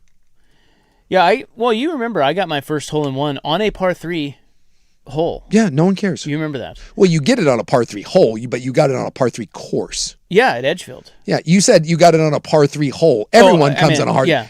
Easy there, DeChambeau. Everyone what? Everyone, what did you say? Everyone gets it on the hole. Everybody. Everyone gets it in the hole? That's right. A par 3. Yeah. Yes. I got my... If you had a... All right! I get it. I got my first one on the Edgefield. I don't remember what hole it was, but it was like 67 yards, and it was a terrible shot. It hit off like the side hill and then rolled down the hill and went in. But I remember us talking about it because I brought it to the table that day. I said, does this count? And it was, well, it doesn't, but if you never really get one, then you claim it. But I have since had 4. Thank you. Rob never forgets a hole. Thank you so much. So I don't say that I have 5. I say that I have 4. You have 4. But I really have 4.5. I like that. 4.5. Yeah. Well, the Astros can claim a half a no-hitter because... Yeah, those are stupid. Yeah, whatever. And then in our last headline is the Ducks stuff. We talked about this in the Points Gabbler today, but they have called off the home and home with Baylor, and the 2027 game with Baylor will be replaced with Coastal Carolina, and the 2028 game will be replaced, of course, as they announced yesterday, with Oregon State. Yeah. So is that? I mean, Coastal Carolina, does that do anything for you? I mean, not really, but I mean, none of the non-conference games really do. I mean, these teams, short of playing a big boy in like Atlanta or something, or Vegas, they're all the same, aren't they? Well, I mean, I think Boise State's got a little more cachet to it. The fact that they opened this year with Boise State and then on the road at Oklahoma State, it's all right. As far as soft schedules go, that's not as bad as some. It's not as bad as like Indiana. Indiana's is atrocious. So I'll take Boise State, Oklahoma State, and then PSU is a whatever. Yeah, Power 4 team on the road. I mean, that's... Yeah. Again, who knows where Oklahoma State is, but at least you're getting a Power 4 on the road, so it's a game to look forward to. Yeah, I'll give you that. Coastal Carolina was really cooking under Jamie Chadwell. Remember, they went 11-1. Yeah, the ultimate BYU game in the COVID year. Yeah, that was like where BYU was like undefeated and they scheduled a last-minute game, and then Coastal Carolina kicked our ass. So that dude Chadwell went 11-1, then 11-2, and then 9-3, and they fired it. Did they fire him? No, he left for Did Liberty. He leave? Yeah, okay. Liberty! And he sucked at Liberty. And then Tim Beck took over, and they have since been very mediocre. Wait, he left. He got turfed. So now they got a new coach. I don't even know who they're. So are you back to not caring about Coastal Carolina? Well, I thought they had a little something better cooking than they really have. They have a cool home field. They've only been playing since 2017. Yeah, it's one of those teams now that because of the field and all that, like it's gotten a little attention, but Coastal Carolina is not good in any shape or form. I don't know if they're going to do this year, but last year they gave out free concessions to season ticket holders. Oh yeah, I remember that. Like free hot dogs and sodas and stuff. Ryan Beard is their new coach. The Chanticleers. Yeah. Get excited. I'm not going to. Nor am I. And then we have the game times on the non-con games for Oregon. The CBS game against Boise State, 12:30 kickoff at Autzen on the 5th. On the 12th, this is this year. On the 12th, it's Oklahoma State, 9 a.m. kickoff ESPN. And then 7:30 Portland State Friday night game on the 18th. Boy, that's gonna be some thin attendance right there. 7:30 on a Friday night against Portland State. Something tells me if you want cheap seats and go to a Duck game, that's the one to circle. Well, when you have season tickets, you do a solid. Somebody's been hounding you. Hey, can you give me tickets to the game? You got it. Yeah, here you go. Go to Portland State. A lot of favors are going to be handed out that week. Portland State's under new leadership. I have no idea what that leadership is, but they got a new coach. Who's their new coach? I have no idea.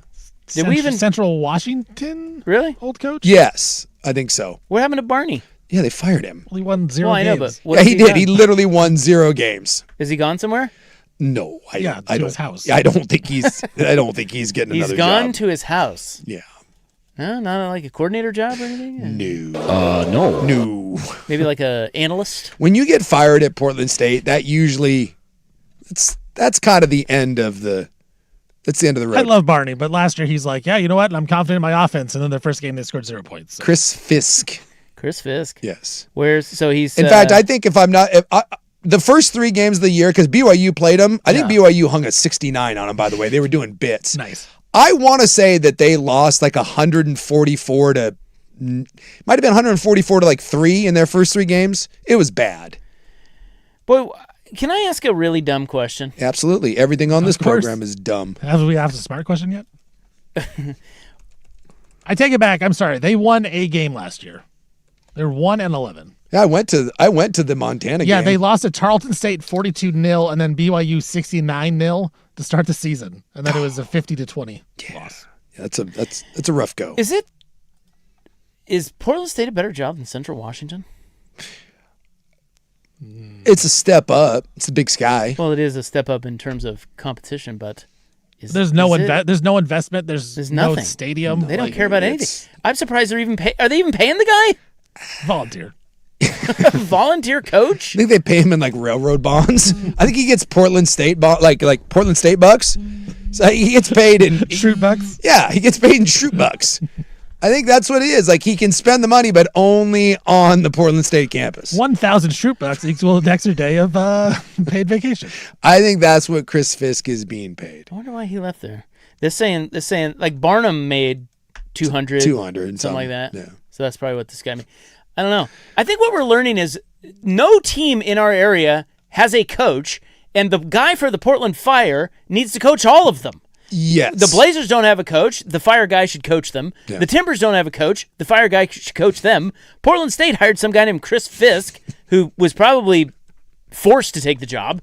So the Fire guy should coach them. Take your shoes off and coach the Vikings. Yeah. Everybody needs a coach. Hey, let's give Chris Fisk a chance. I'm sure he's going to bring an exciting brand of football to Hillsboro.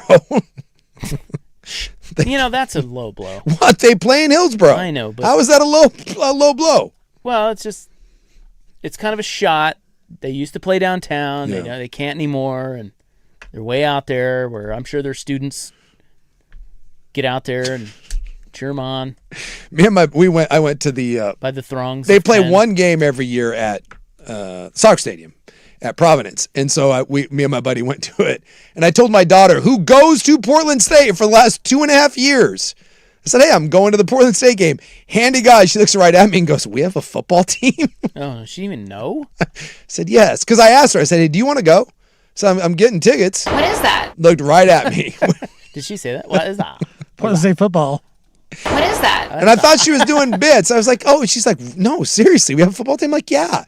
She's like, "Where do they play?" And I'm like, "Well, Hillsboro." She's like, "Oh." So if Chris Fisk calls us and says, "Hey guys, love the show, really want you to come out to a game," are you going? I went last year. Are you going? Is it in Hillsboro or is it the one game? No, it's in Hillsboro. No, I'm not going to Hillsboro. But he personally invites you. I tell him I will go to the one. They play a game every year at Providence. I will go to that one. Which one? Do we know which one that is this year? I'm sure I can look it up. I mean, not that it matters, but well, it's like last year it was against Montana. It was, it was what? Fisk 48-22 at Central Washington. What was he? 48-22. Okay, so that's good, right? According to internet, I don't think they play in Portland this year. I'm pretty sure they Hillsboro. do. They do it every year, and I think they announce it. Like they might have announced it later. I guess. I think they announce it later because it's just a home game. And all right, there's your horizontal tug. Coming up next in the malfunctioning epiglottis, we got to get back to the NBA. We must. We have to. How many Odyssey bucks would you guys need to take the Portland State job? A lot. I'll come coach the O-line. I don't want to coach the O-line. I want to coach the DBs. I'll coach special teams, dude. There you go. Hail Mary. I'll be GM. So we will get back to Oklahoma City. Do we still respect how Oklahoma City plays? That's next on The Fan.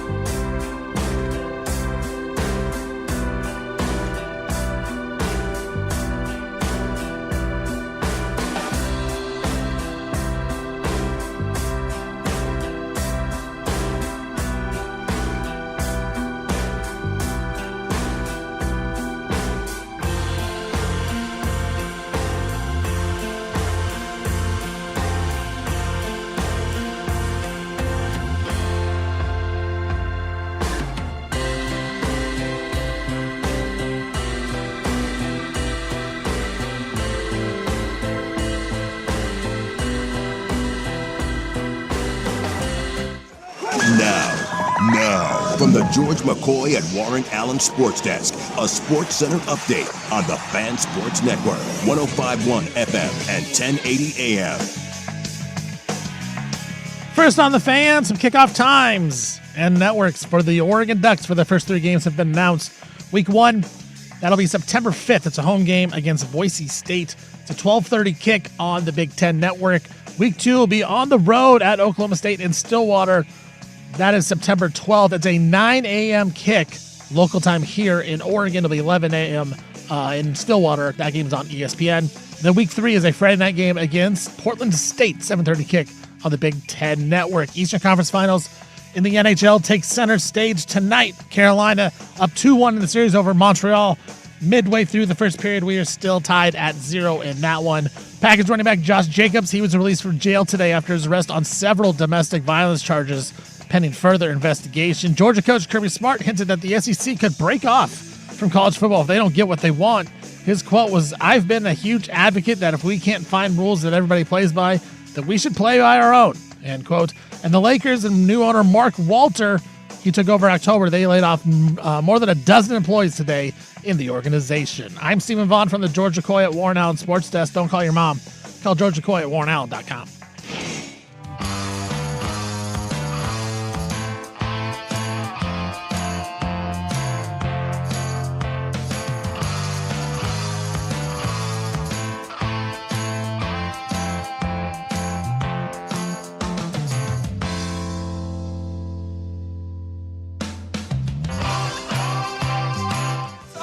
We think. Hold on, everybody. Here's the situation. So, NBA basketball, high-level basketball we're seeing. The Knicks look great. Yeah. They haven't lost in like 11 playoff games. No one's talking about the Knicks because we just assume that the champion's coming out of the West. But if this series, especially if San Antonio gets game 6 and this goes 7, physical beat up, right? And J-Dub can't go. Maybe Mitchell's still beat up. And the Knicks are just sitting there well rested. Is it inconceivable to think that the Knicks have a shot at this? I do not think it's inconceivable. However, there is one person on our show who does believe it is inconceivable, and he is our basketball guru of record, Stevie Fire. Hello, yes. Yes, that is me. He hates the Knicks. He says they suck. I think they stink. No, I don't think they stink. I do think the Eastern Conference is horrible. I said this before the playoffs started. I think Boston was the only team that could compete with OKC or San Antonio if they're healthy, and obviously they did not. And so I think the fact that the Knicks, they got pushed by Atlanta, then they dominated them, but they got a Philadelphia 76ers team who isn't very good, and then they got a Cavs team with James Harden who really struggled this season, went 7 with Toronto, went 7 with Detroit. I just didn't think that they're a great team. I think the Knicks are good. I just don't think they're on the same level as the Spurs or the Thunder. When I watch those 3 teams play, and I watch the Eastern Conference Finals, it's like watching the JV squad. The speed of the game is so much slower. It's so much less physical, and I just can't see the Knicks going up against the Spurs or the Thunder unless there are injuries galore on the Western Conference side. I do think that either the Spurs or the Thunder will win in 4 or 5 against the Knicks. Yeah, Jeff Van Gundy. Maybe Blazers coach, I don't know. Could be. He said that he thinks the Knicks are now the favorite. Ooh. That's what he said. Yeah, Of course, he's a Knicks honk, probably. That's true. I'll take that bet. Yeah, I would too. I just was wondering if, I guess the retort... If maybe the idea of one side being well-rested and the other side just beat to hell. It's happened before. I mean, I brought this one up. The last time the Eastern Conference was going to be this big of an underdog was when Toronto won. And if you remember, everybody on Golden State just kept dropping like flies. Sure. It can happen. It can happen. And even last year, the Pacers were big-time underdogs against the Thunder. That went 7, and Halliburton tore his Achilles against them. Yeah, that's right. Yeah, exactly. They had a legitimate chance to win that game. So the Knicks have won 11 straight, and I guess the retort to what you're saying is, I don't disagree with your keen basketball either. Although, I will say, the Knicks look freaking fantastic. They look great. So should we give them at least a little credit for, yes, maybe the Cavs suck and the the Sixers, but they are absolutely destroying them. They're the first team ever with a 10-game playoff stretch that their point differential was plus 225 or better. That has never happened. So,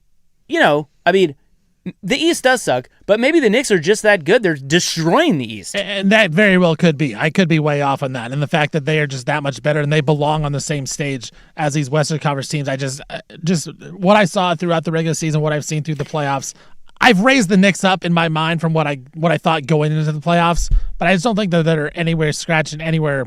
They don't sniff close to these two teams. I will say, when you watch the two, it does feel like you're watching the varsity in the West and you're watching the JV in the East, but maybe that again. See, I don't see that. I think the Knicks look great. Well, that's what I'm saying. Like the Knicks look like the class, but like it just the rest of it kind of looks garbage. So you don't know because are the Knicks that good or are the East that bad? I think with teams like the Knicks, and they're a little different because they don't have that superstar player, although Jalen Brunson's been awesome. Yeah. We never trust NBA teams until they show us that they can win it. Yeah. We did this with Jokic. We did this with Giannis. Mm-hmm. We did it with Oklahoma City. We're going to do it with Wemby.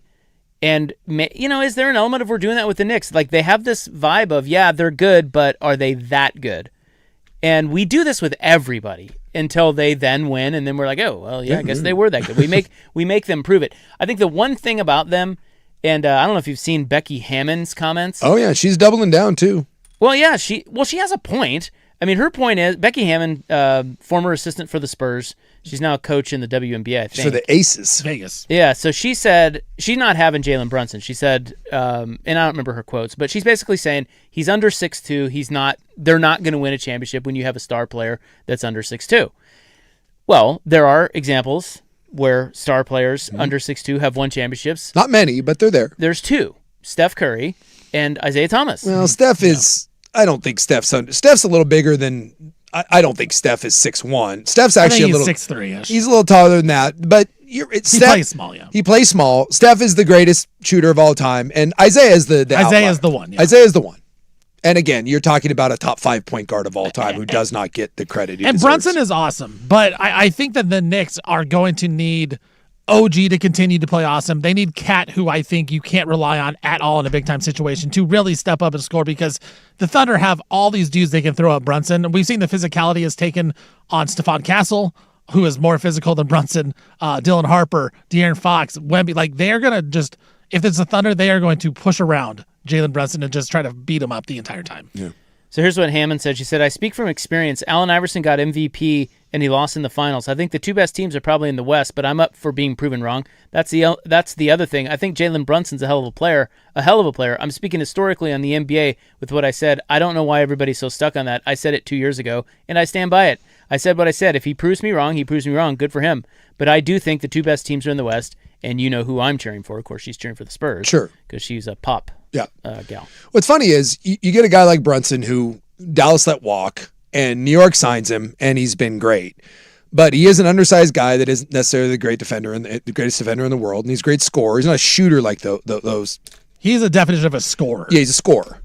But what New York did was New York surrounded him with a bunch of lengthy guys that can play defense. It's almost as if when Damian Lillard, who was better than Jalen Brunson, instead of surrounding him with a bunch of other 6'2" guards, and every one of those guys in New York was all guys that Portland was rumored that could have been had. Karl Anthony Towns, always a rumor. Mikal Bridges, always a rumor. You had Josh Hart, for God's sakes. You could have built that here in Portland. You really could have. You could have built the Knicks. OG Anunoby, another guy. Another guy that was being sniffed around. rumored all the time. OG or Siakam. Yep. You could have built the Knicks in Portland with a better version of That's a great point. Of Jalen Brunson. Damian Lillard is a better version of Jalen Brunson because he's a better shooter. The same, undersized guy. So who screwed that up? Who do we blame for that? Go blame the freaking GM for falling in love with a bunch of undersized guards. Move on. You can have one undersized guard, and you better surround him with a bunch of other guys that make up for it. It's not breaking news, dude. So excited next year about having a bunch of more small guards again. Keep them all. Let's go. Bring them back. I miss those days. Holiday, Scoot, Lillard. Get them all. Bring them all back. Did you see what Darren Ravel said about courtside seats for Game 1 of the Finals at Madison Square Garden? Weren't they like $250,000 for a pair? It'd be Game 3, I guess. Yeah. $279,804. Oh, that's easy to get. Isn't that crazy? Now, is that what someone's More asking, or expensive did than my someone pay for that? This says, sports business reporter Darren Ravel confirmed a sale of 2 courtside tickets at MSG for the NBA Finals that went for a whopping $279,804. Oh, my God. What do I want, my house or a ticket to Game 3? Well, that's just like, dude. Chalamet P's $249,000. That's what I'm saying. Well, his gal, look, trust me, if he wants to go, he ain't picking up that tab. That's when you turn to Kylie. It's worth $1 billion in that game, baby. Like, if you're a billionaire. Well, and he's there for sure, 100%. Yeah. I don't even think he pays. I think the they Knicks. Just comp him those I think those are comped. Comping $280,000 tickets. Yeah, I was listening to Stern once, and he was talking about the hierarchy of how all that works. Like, depending on your level of star and who goes where. Yeah, they want you down there. Well, that was like the whole Lil Wayne thing back in the day with OKC. He wanted courtside seats. Like, no, you can sit in the crowd. Yeah, he called. He called. Courtside. Was it a conference finals game or was it the finals? I think it was conference final. I want to say it was the Luka year when they lost. Yeah, and he called them like the day of the game and was like, I want to come to the game. And they're like, yeah, cool. And they were like, we can get you one behind. It was like 3 rows behind the bench. You got 300 level tickets for you. It was like 3rd row, and he was indignant about it. He goes, no, courtside. They're like, dude, we don't have any. It's the day of. He's like, no. He threw a huge hissy fit. You want to talk about being a bitch? They're going to give you 3rd row for free? He's like, bye, no, bitch. It's either the floor or nothing. I love that Oklahoma. That's the only thing I like about Oklahoma City is they told Lil Wayne to stick it. Lil. Nah. He said no. I'm just not into it, bro. Do you think anyone at this point tests their celebrity to call the Knicks and see? Like, I mean, think you guys should do it on the show. Yeah, that'll work. Hi, we're Isaac and Suk from Portland, Oregon. We would like courtside seats. I would just love to know. We spent yesterday, or was that Monday? We were kind of bashing them. You were trashing New York. Yeah. Well, not New York. I love New York City. It's just they're fans. Yeah. Like, I would just love to know at what level and where they put you at. I think it'd be fun. Like, if you were a celebrity, like if you're Sydney Sweeney, you're kind of a big deal right now. Wouldn't you like to know where you rank in that? Like, if you called. She is front and center. You think she's front and center? Yeah, with her boobs out. Yeah, you hand her a really scantily clad Knicks top. Yeah. Say, put this on. Well, if you've been paying attention to the horny cameraman in the Western Conference, that guy's great. They know what they were doing. Those two OnlyFans models that are behind the Spurs bench. Yeah. All right. There's your. Can we get Sweeney into courtside there? I'm just saying. Let's start this petition. Maybe we can get her courtside to the show. We got a yellow couch over there. Sit over there. Could be uncomfortable. Anyway, it's that's not a very comfortable couch. It's just not. If we upgrade the couch, maybe we can get her. Yeah, nicer. Is that like when you try to get Ashley Judd into the car? A truck. Into a truck. That was a pretty nice truck. That's one of my all-time favorites. Yeah, it's very Intercom Odyssey. Hey, world famous lady at the racetrack, would you like to come into the back of this truck and get interviewed? Yeah, I had to try to get her into the truck for the John Lund Kenny Vance interview, and it was like, hey, yeah, just go in that truck. It's fine. They're in there doing the show. It'll be fine. Nothing weird or bad can happen to you in there. Just go in there. All the windows are all tinted. Like she can't even see in there. It's like, yeah, no, it's in there. Go ahead. Yeah, go ahead and hop on in. You're fine. Yeah, it's all good. Here's this. Could you take this duct tape in with you? Anybody see my zip ties? This ought to be good. That is your malfunctioning epiglottis. Pierre Palazzolo gets Oklahoma City talk. Next.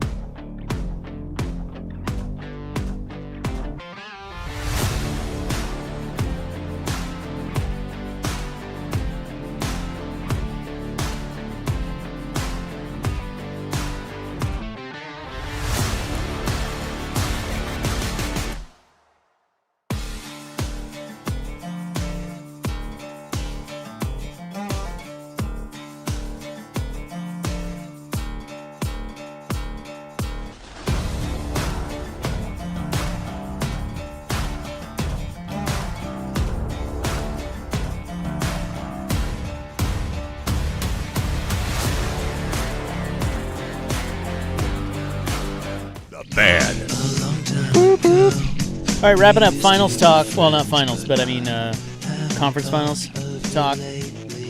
Oklahoma City's getting a lot of heat now because of SGA's noodle legs, and you got to admit it's hard to. It's hard to watch. Yeah, it's rough. The only thing saving me for, I guess, the SGA stuff is that he's really not playing that well.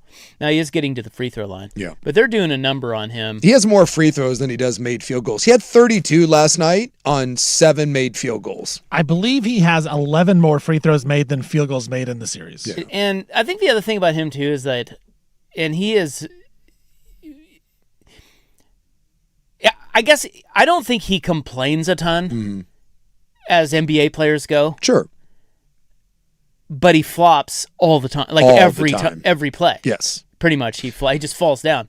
But he doesn't complain a lot. They kind of tried to make that point like, oh, he doesn't complain much on the broadcast. But it's like, you flopping every single time is the same thing. It's kind of the same thing, yeah. But he would be insufferable if he was falling down and also getting up with his hands that's Luka in the Doncic. air every time. Yes. Because those guys, I mean, they kind of all do that to some extent. But I don't know. He's tough to watch. It's just wild to me that Oklahoma City, of all the teams that we now hate, it's them. Yes. It's not the Spurs. No, it is not. It's not the Knicks. And I went into this totally neutral. Like, whatever. I think I was maybe leaning a little bit to the Spurs because I think Wemby is so interesting, but I get why people hate Wemby too. Do people hate Wemby? Yeah, I think some people have come away a little anti-Wemby. He kind of gets the benefit of the doubt. Yes. So much already. Getting calls? There's a lot of questionable goaltending stuff. Yes. It seems like the NBA really is pushing him to be the face. And they favor, like they warned him for the whole media thing. They didn't find him. They just warned him. And anytime someone gets their flowers early, people get bothered. Like, people are talking about him like already, like the GOAT, right? I mean, we have someone on the station that calls him the greatest defensive player of all time. He's been in the league for 3 years. So I think some people are kind of coming around to the and he's got an edge to him. Like, he talks some mess. I went into the series somewhat neutral, maybe leaning towards San Antonio a little bit. I am 100% on San Antonio. Like, I have come away from this. I have a hard time rooting for Oklahoma City. I really do. Yeah, I don't know if it's rooting for them. I mean, we don't really often, if we're not a fan of that team, we don't really often root for championship teams. But I just let myself watch something and kind of naturally, because I'm a free agent. So I watch something and naturally I find myself, you can always tell if you don't have a rooting interest, wait till the end of a game and see who you're pulling for. You'll feel it. And I 100% am feeling the Spurs, and there's something about the way Oklahoma City plays that bugs me. Yeah, I get that. Root for them, whatever. Maybe a better question is, do we still respect how they play? Yeah. Because this was not a thing until the Spurs series. No. I mean, SGA did have some, obviously, the flopping thing. Yeah. But he's won back-to-back MVPs. Yes, he has. They won the title last year. Like, we did not talk about Oklahoma City this way until 5 games ago. That's what's weird about it. Yeah. And I don't really get that. Like, I think it's just like kind they've always played this way. They're just tough. Well, and it goes down to when you start winning and it feels like you're going to win like every year. I mean, we hate winners. It's Golden State was as likable a team, and people. Well, is it that we're just worried because they're so young and so good to have so many assets that this team? Yes. If they stay healthy, they could legitimately. There is a conceivable world. Win 4. There is a 3, 4, 5 in a row. There is a conceivable world where Oklahoma City goes on a Bulls-esque run. Well, then we'll hate them. Yeah. And that I get. Because we don't like that. We always want to tear down Patriots. Like, it doesn't matter who it is. Yeah. You win enough, we'll hate you. Oklahoma City's not quite there yet. I just am asking the question: do we still respect how they play? Like the Warriors, we just respected the hell out of how they won. Yeah, they were awesome. In Oklahoma City, we did last year, but now suddenly we don't. Yeah. So I don't really understand that. Like I think it's a little too much to say that SGA's flopping sort of discredits everything that they do. Dude, they are so well built. They're so deep. Their coach is really good. SGA is maybe the best player in the league. Well, he's won 2 MVPs back to back. So Yeah, but I think some would argue that they wouldn't build their team around him compared to, like, say, a Jokic, Sure, or certainly a Wemby, Even a Luka. Yeah, even People a would say Luka. Luka. Yeah. Like, would you take SGA over any of those three? I would take him over. I would take him over Luka. I would take him over Luka just because he can play both ends. I wouldn't take him over Wemby. And, I would take Wemby. I probably would take him over Jokic. well, I'd say he's number 2. and age has to come into that, Right. too. Yeah, he just isn't. He's not exciting to watch. No. He's not fun to watch. No, we talk about this all the time. Like, Kobe was a hero, and what SGA is doing early in his career is better than anything that Kobe did. But Kobe copied Jordan, who Yes. was one of the most fun players to watch of all time and Yes. was the best. Yes, Shea is what James Harden would be if James Harden won, and we don't That's like. a good- yeah. You know, it's the same sort of thing, and he's less exciting than James Harden. At least James Harden's offensive game is exciting. That's the weird part about Shea is. Not only does he have all the Harden foul merchant, but his game isn't exciting. People don't love mid-range jumpers and floaters. No. He's pretty smooth, though. Yeah, he is. And he's a good guy, too. Yeah, he's a great guy. Have Yeah. you seen the Oscar Canadian, lady? though. Yeah, Canadian. Yeah, he is Canadian. Have you seen the Oscar lady? The lady at courtside in San Antonio who has the little Oscar? Yes. And he fell to her feet, and she Hands it. stood up and put the Oscar up. Yeah. Fighting Dundons, by the way, 2-0. Fantastic. Yeah, my Hurricanes are unhinging their jaw. The Canadians have nothing on my Hurricanes, and now it's probably going to be Carolina-Vegas. It's going to be What's going to be a better series, Carolina-Vegas or Thunder-Knicks Carolina-Vegas. or Spurs-Knicks? I think Carolina-Vegas is going to be a absolute Donnybrook. Easy, Tiger. Now, I haven't invited to Game 4 down in Vegas, but I would probably have to root for the Vegas Knights because the people going down are huge Vegas fans. Can I pull a secret surprise and go Fighting Dundons without telling them? Just show up to the Vegas arena with a bunch of Knights fans and be like, ha ha! Tom Dundon, bitch! That's ballsy, Yeah. but I like it. So my buddy is a diehard Knights fan. Like, it's How could you be a diehard Knights fan? They've been around for 9 years. he freaking loves them. From day one, That's he's fake. all about Sucker. it. He's all about it. He's a huge hockey guy, grew up playing, and he's full on Knights. And so I was texting back and forth with him, and I was like, dude, I can't believe they're going to do this. And he goes, hey, a group of us are going to get together. He's like, we're going to try to go to Game 4. He's like, you want in? And I was like, well, hell yeah. But if it's against our Fighting Dundons, I feel a little disingenuous rooting for the Knights because I won't be. You better not bail on us now, dude. No. I think I do this surprise, wear a Golden Knights jersey, and then like at the start of the game, I Hulk Hogan that bitch and I rip it off to reveal the Fighting Dundons. I just don't want to waste money. Who owns the Knights? Some rich dude he's an army guy. That's why they're the Golden Knights. He's an army guy. Oh, that's right. And he wanted to be the Black Knights. Bill Foley. And the army, oh my God, 3-0 Dundons. The army said no. He goes, dude, you share the trademark. He goes, well, I think he even offered to like cut him in on some merch and stuff. And the military said, go pound sand. You know where he went to law school? I do not. He went to the U.S. military Yeah, academy. military academy. He went West. But he went to law school at Washington. Oh, really? He's a Husky. Oh. Yet another reason you can't do this, dude. I can't root for the Knights. But yeah, so the colors for the West Point are gold and black. So instead of the Black Knights, they went with the Golden Knights. T-shirts were kind of silly. Now, people questioning again the diehard sports fan, a team that hasn't been around that long. But if you've been there since day one, can't you claim diehard status? No, I don't think you can. I think that 9 years he has been a diehard. I think from day that one. diehard fandom it evolves. Look, he's a fan. Yeah, he said I'm gonna follow this team, and he's gotten into it. He goes every year, multiple games. I get it. I just don't. I think that diehard.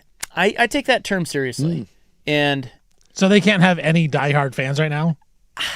I think they have. It feels like that's what you're saying. Yes, I think they have burgeoning diehard fans. Yes, they're being raised. They got to go through some hardships. Is it also because they've gone through no hard times? That's the problem. 3 finals in 9 years? Right. Yeah, it's easy for somebody to say they're a diehard Vegas fan. No. No. Not up in here. You got to go through like a 10-year drought of not making the playoffs. And then if you're still with them, Yeah. and you're still going down to the games, and you're still talking about them, and you're still fired up about them, you're now a diehard. All right. I'll let them know. Sorry. Please please do. Just so you know, not a diehard. Sorry, Jeff. Yeah, you're not a diehard. Yeah, Jeff. According to the great Isaac. Not up in here. Get a grip, Jeff. Team's been around for 9 years. All you've known Now, is winning. Portland Fire. There. You're looking at a diehard. We were 2-3, man. That was tough times. That was. We've come out the other side now. Yeah, though. 1-2 in a row. It's more like when they beat the Sun by 1 point. That was tough times. We needed a loss. A lot of clutch losses to come, we hope. Coming up next, all right, there's your Pierre Palazzola. Thank you. Yeah. The club. Oh, we're ready for the club. I have Spencer Pratt news. Oh, that guy. Yeah, remember that guy? I do. He's running for L.A. mayor. The idea that he could possibly win. He's is not just, winning. That's what they said about Orange Band. Well, that's true. Yeah. I put nothing past anyone at this point. Nothing. Yeah, he ain't winning that. But his sister has spoken about his run, and wait till you hear what she says about it. Okay. Because remember, his sister was on that show with him. Yeah. He was on the Hills or The whatever, Hills stupid show. That OC or the Hills or I don't know, whatever that is. She is now speaking out about his run for L.A. mayor. And we will get to that next.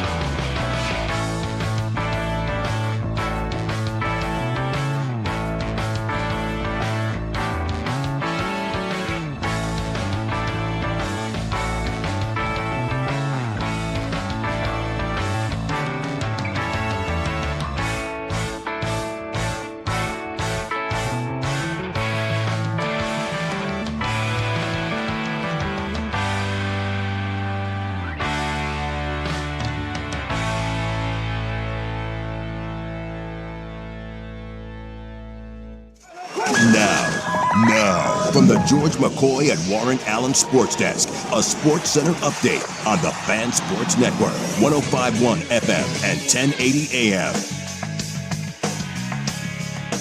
First on the Fan, kick times for the first 3 games of the Oregon Ducks season have been announced.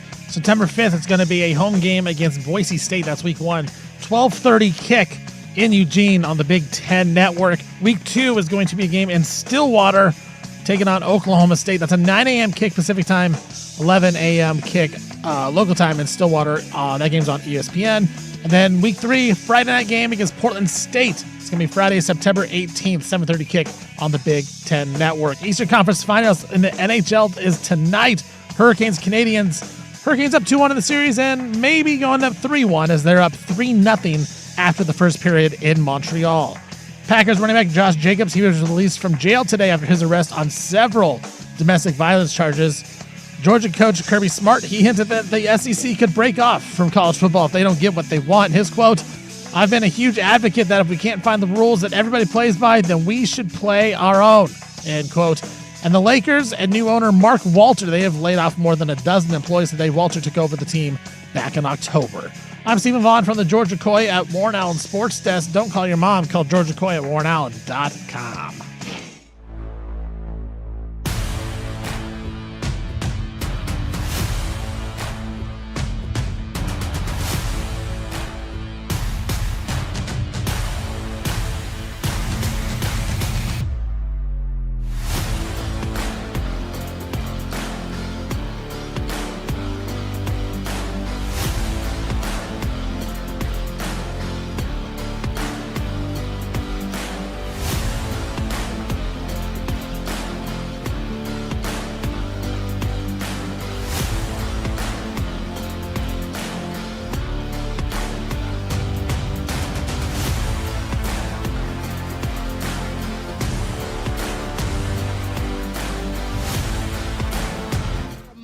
Is you can issue your press statements, but I'm actually looking for ideas to move us forward. That was for the good of the game. Yeah, now. We've given away too much to arrive at these political. Maybe it's time to grab a hold of your little step ladders and go ahead and climb out of my ass for a while. Okay, we apologize. No. It's time for the club, baby. On 105.1 and 1080, The Fan. Here now. Yeah, now. Ooh-wee. Yeah, a little messy. Little messy. I liked it, though. Are we already at the intermission? Yes. It's kind of douchey. Oh, boy. There's old Wayne. Wayne's trying to move his face, and it's not. Boy, he... Yeah, I know. It's a tough Let's look. not talk about I it. know. Hey, man. The great one. Yeah. We all have to become middle-aged lesbians at some point. Do we? Wayne is on that track. Wayne has a permanent look of surprise, mainly because he can't move his eyebrows. They're locked in permanent upwards fashion. At least it doesn't look like angry eyebrows. It's just he's surprised by everything. Well, he's out in L.A. now, and he's got a famous wife. A lot of Botox. Famous daughter, too. Yeah? Famous son-in-law. Wayne. By all accounts, one of the nicest dudes you'll ever meet. Just an unfortunate face. Aging's hard, man. It's not for the weak. Can you imagine the life of Dustin Johnson? He's now got what, $200 million that he got from the Saudis? Whatever that was? At least.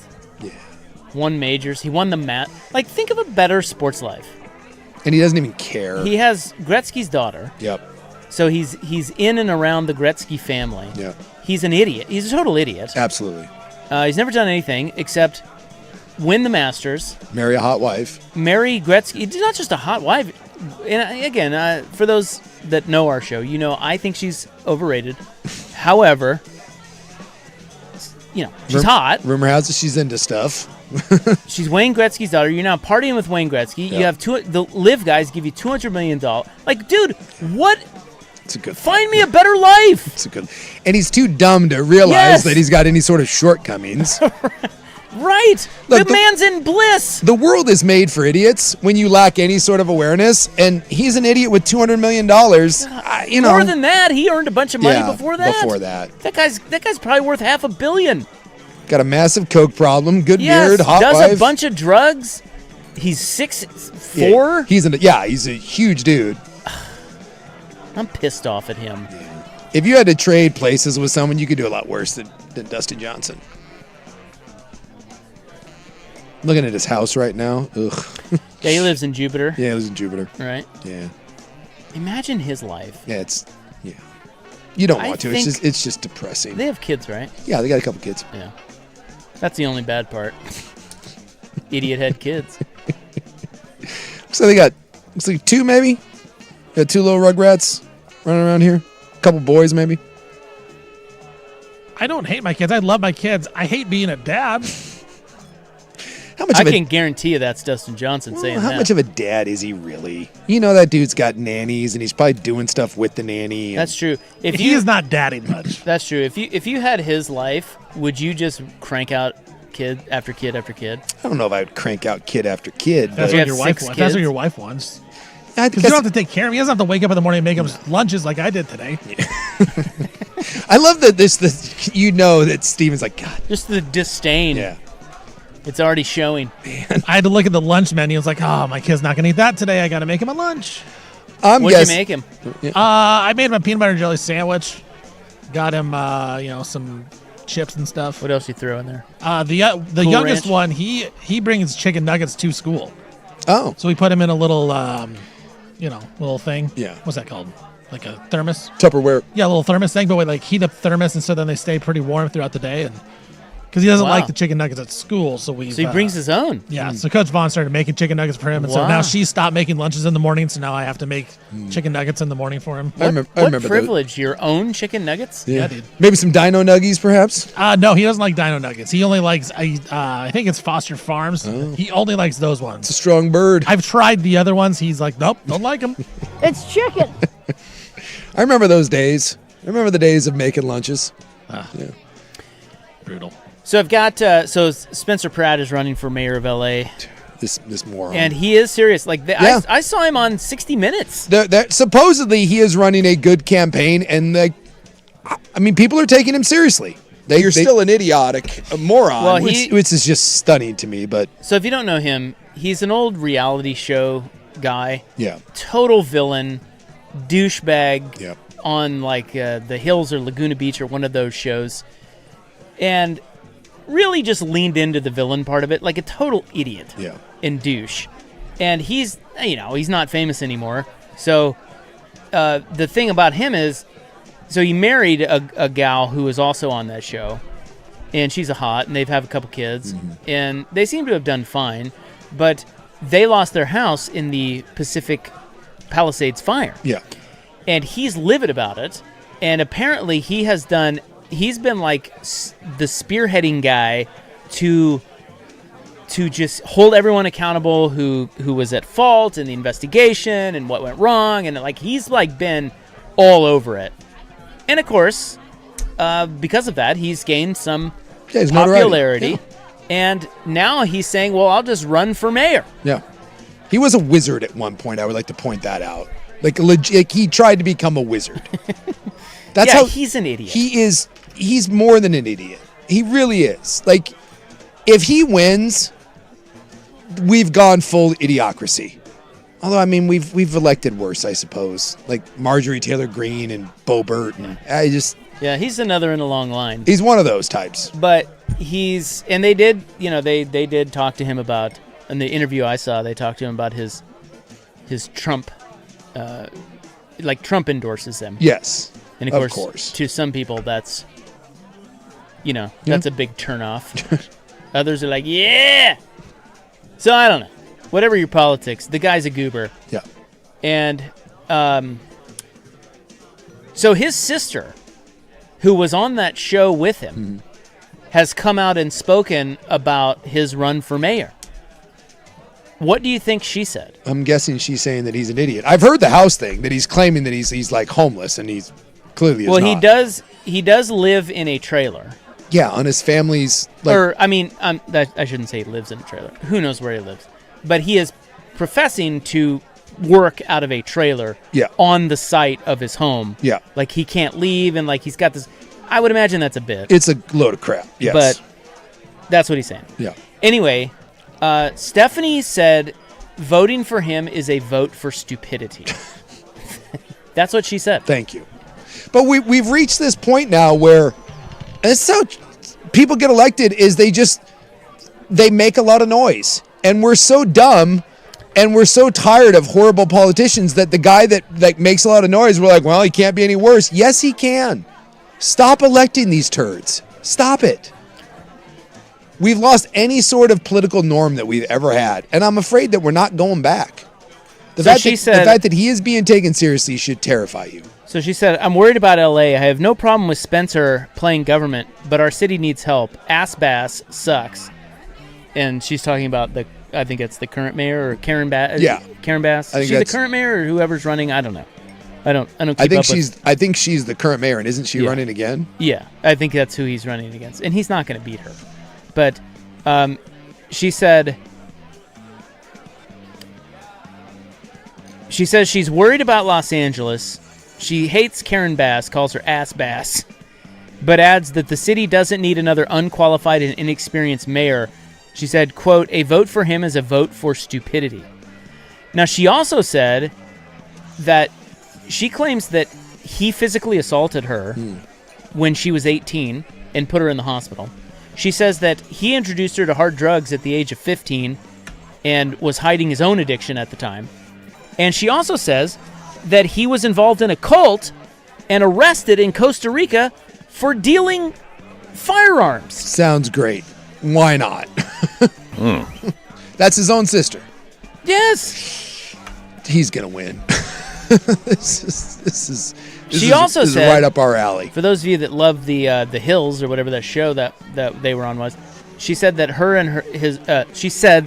him and his wife Heidi spent years trying to destroy Lauren Conrad's life for magazine covers and fame. So basically, he's just a fame whore. Yeah, and now he's doing a fame whore bit, trying to be the mayor of LA. He has no interest in doing anything other than raising his own profile and then using the position to make a bunch of money. Sounds familiar. So now we have this story.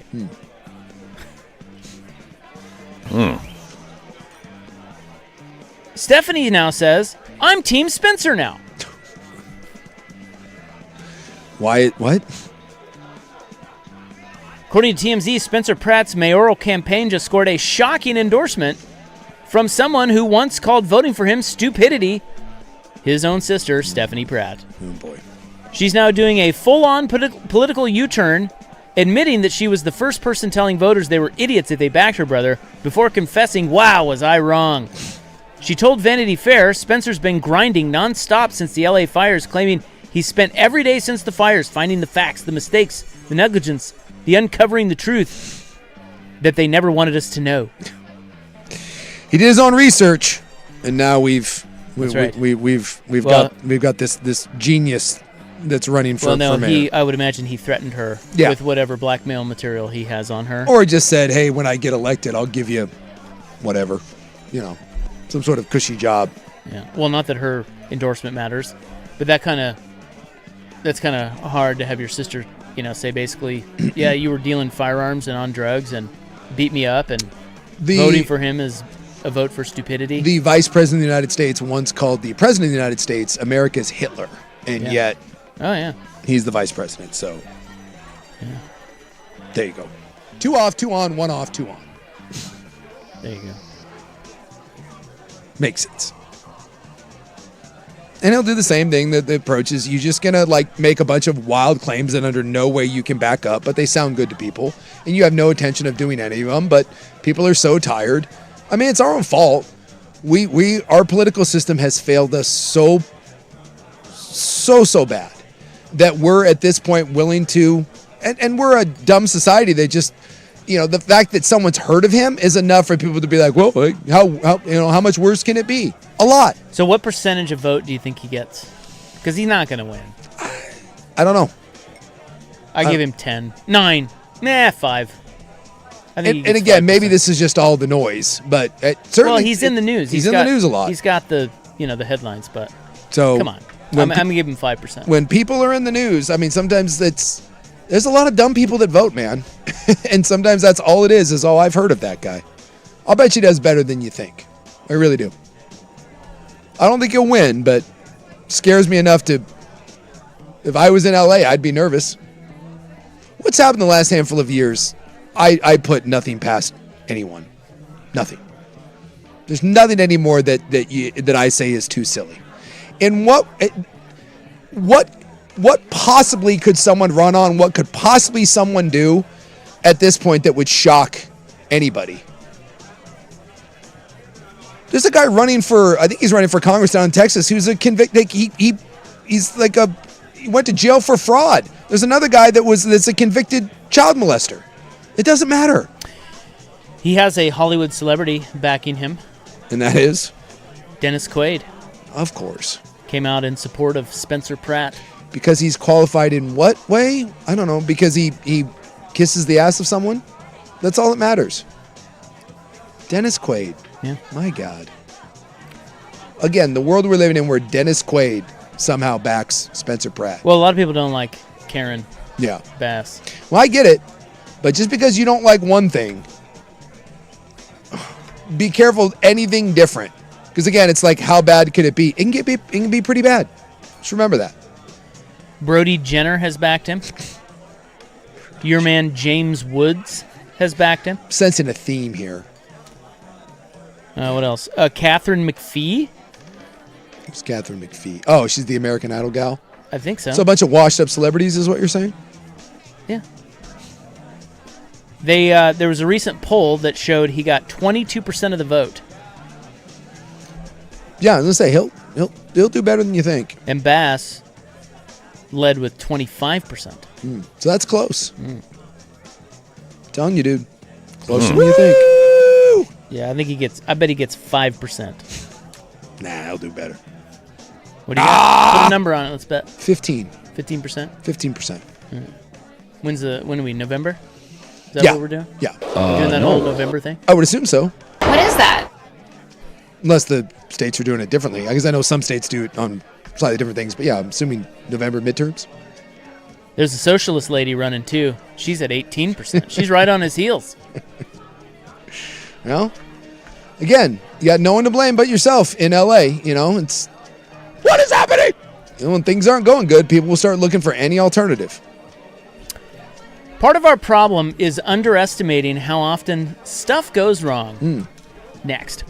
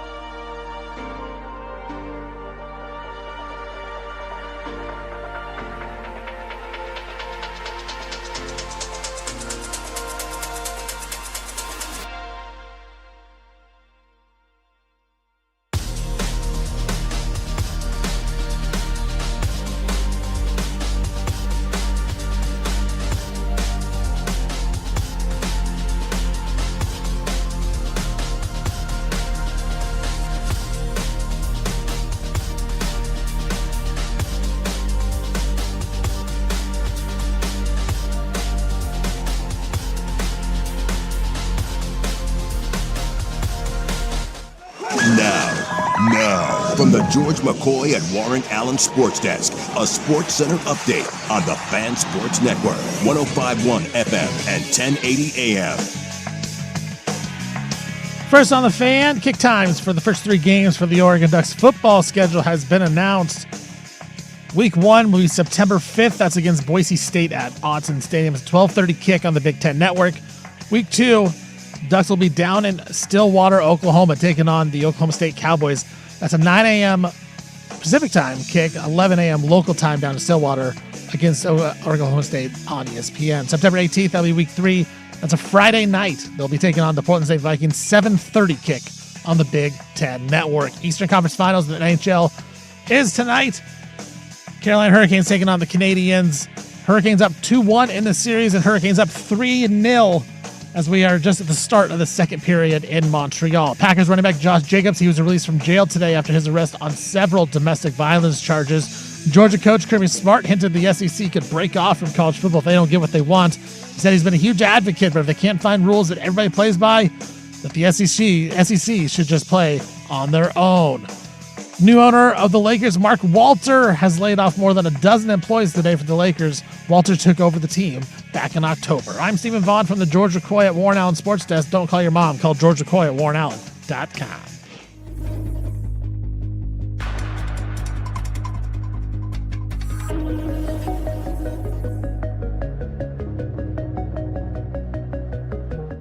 Well, I was on my favorite, one of my favorite websites, studyfinds.org. Absolutely. Doing some studies. Yes, and I found this juicy little study that I thought was interesting that I present to you now. Present away. Here on the radio. And it is new psychology research that shows people consistently underestimate how often things go wrong across all of society. Yeah, that doesn't surprise me at all. So we're entirely too optimistic. Sure. So this says people underestimate how often things go wrong in the world, a bias researchers call the failure gap. So this is a big project. It was published in the Journal of Personality and Social Psychology. And it says, we rely on perceptions of how common events are when forming opinions, making decisions, and supporting policies. Prior research shows that these perceptions are often biased. Much of the literature has focused on optimism. For example, people tend to believe good outcomes are more likely and bad outcomes are less likely, especially when those outcomes affect them. Well, no one likes a drip. And aren't we told by everyone from a young age, it'll all work out? When something bad happens, oh, it's God's plan, or it'll work out. And we're just naturally told that from a very young age that things will be okay. Or just to make ourselves feel better, we just think that. Yeah. It makes us, we can get up the next day. That's why you go to church. Some people. Yeah. Some people. Yeah. However, does this tendency extend beyond personal life to broader societal issues such as crime, health, or economic failures? Lauren Eskries-Winkler and colleagues examined this broader question, asking whether people misjudge how often failures occur across many domains of life. They propose that the issue may not just be optimism, but the way information is shared. Failures are less frequently discussed than successes because they are uncomfortable, embarrassing, or socially costly to communicate. As a result, people may develop systematically skewed impressions of reality because they are exposed to incomplete information. This is another good one, too, in that this kind of goes along with my working theory of there's nothing we as humans do better than lie to ourselves. Correct. We are. And the worst part is, and everyone knows someone like this, they lie so much, they believe their lies. They know they're lying, but if you tell yourself the lie, it's proven that you'll just start believing it. It becomes your truth. I mean, that is what we do. Yeah, in this instance, they're saying if you don't get all the information, you can't form a, the best opinion. Yeah, you have the ultimate biased view ever. So they ran a large multi-study research program. It involved nearly 3,000 participants, combining controlled online experiments, analysis of real-world data, and field studies to understand how people perceive failure and how those perceptions can be changed. Across the initial set of studies, participants recruited from platforms like Amazon Mechanical Turk and Prolific were asked to estimate how often different kinds of failures occur across more than 30 domains. These could be like crime, healthcare, global problems like poverty, pollution, personal experiences like relationship breakups, or whatever. Sure. In some cases, participants estimated multiple items within a single domain, while in others they focused on one type of failure. These estimates were then compared to real-world stats drawn from official data sources. The researchers also varied how questions were framed, sometimes asking about failure directly and other times about success, to ensure that any bias was specific to failure rather than general misestimation. To investigate why these misperceptions arise, the researchers examined how often failure versus success is discussed in widely available information sources, and they conducted large-scale searches of approximately 2.4 million news articles using all the databases. They extended this approach to other forms of shared information, including social media and online consumer reviews, to test whether the pattern held beyond traditional news. So that's pretty extensive. Yeah, that's a lot of... that's cross-pollination, as they say. The researchers also designed experiments where participants were exposed to curated information environments. For example, sets of reviews or headlines that either underrepresented or accurately reflected the true rate of failure, to directly test whether exposure to skewed information shapes people's beliefs. The later studies moved beyond perception to examine when the bias might disappear and what consequences it has. Participants were asked to estimate failures in contexts where sharing negative experiences had recently become more socially acceptable, such as reports of sexual misconduct following the Me Too movement, allowing the researchers to test whether reduced stigma increases awareness. And I get it, this is long. This is the last one. A series of field and online experiments examined how correcting misperceptions influence real-world attitudes and decisions. These include samples of voters, educators, and workplace managers who were provided with accurate statistics about failure rates and then asked to make judgments about policies such as criminal punishment, school discipline, workplace stigma, and parental leave. So the results across all these studies revealed a robust and consistent pattern that people substantially underestimate how often failures occur. This was true across national, international, and individual domains, as well as within specific contexts like sports, education, and medication effectiveness. Well, it is interesting. I'm listening to all that, and in some ways I see that, that's a no-brainer. Like you mentioned, one of those things you said in sports. Oh, this is our year. We're going to win it. No, you're not. You're not going to win. It's not going to work out for you. Just accept that. Not going to be your year. Unless you're a Thunder fan. Or a Fire fan. Or a Hurricane fan. Work, I can see that. Oh, I'm going to get the promotion. Yeah, chances are, no, you're not. But then there's other things where I think we fearmonger. So I don't ever think we're in the appropriate sweet spot. We're either way too optimistic or we're super fearmongering. I was reading today. I was reading an article, I think it was in The Atlantic, and it was crime, murder, kidnapping, all of that stuff in the United States is way down. Yeah. Way lower than it was in the 60s and 70s. But we're way more, kids have way less freedom. They will not, people, they did a big survey, and it's parents who will let a 10 or 12-year-old walk to the store. It won't, because of the fear of something bad's going to happen. But we are way safer than we were. But in that aspect, we're way, way more paranoid. So it's it's kind of a catch-22. It's we never have a realistic view. We're way optimistic on some things, and then we're way fear-mongering on the next. Well, I would say too, it's it kind of feels like it's always negative stuff out there. Yeah. And bad stuff. Yeah. So it's really weird that humans, or at least us here, we're not predisposed to just think the worst and everything always fails. Yeah. Because that seems to be the whole news cycle. Yeah. But yet we're not. We're all just everything's great. Yeah. And roses. Strange. And raspberry scones. I have a buddy of mine who hates every one of the hobbies that I have, and he always some people in my family are like this too. I swear to God, I think they're waiting for something bad to happen to me so they can tell me I told you so. I get that a lot. And some of these people are some of my best friends, but they they think that every one of my hobbies is dangerous and something terrible is going to happen. And I kind of the well, no matter what you do, you can get hurt. So I'm not going to go based on that, but I do hear that a lot. Or travel is another one. My family used to give me that all the time. I'd be going to down in Mexico. I got that all the time. Or when you go to, Bali or something, there was always that, well, something terrible is going to happen to you. Like there's a fear mongering that goes along with that. So it's, I don't know. It's like a catch-22 for me because I can see both sides of the irrational coin. Yeah, the fear-based thing's a little different. This is saying so this even says that when the structure of a situation made the true answer obvious, in other words, I can tell you how your team did. Yeah. There are stats. Yeah. There are wins and losses. Yeah. Even in sports, people still underestimate failure rates. Yeah. By the way, this is like basically Blazer fan. Yes. I still think Martell Webster's going to be good. Right.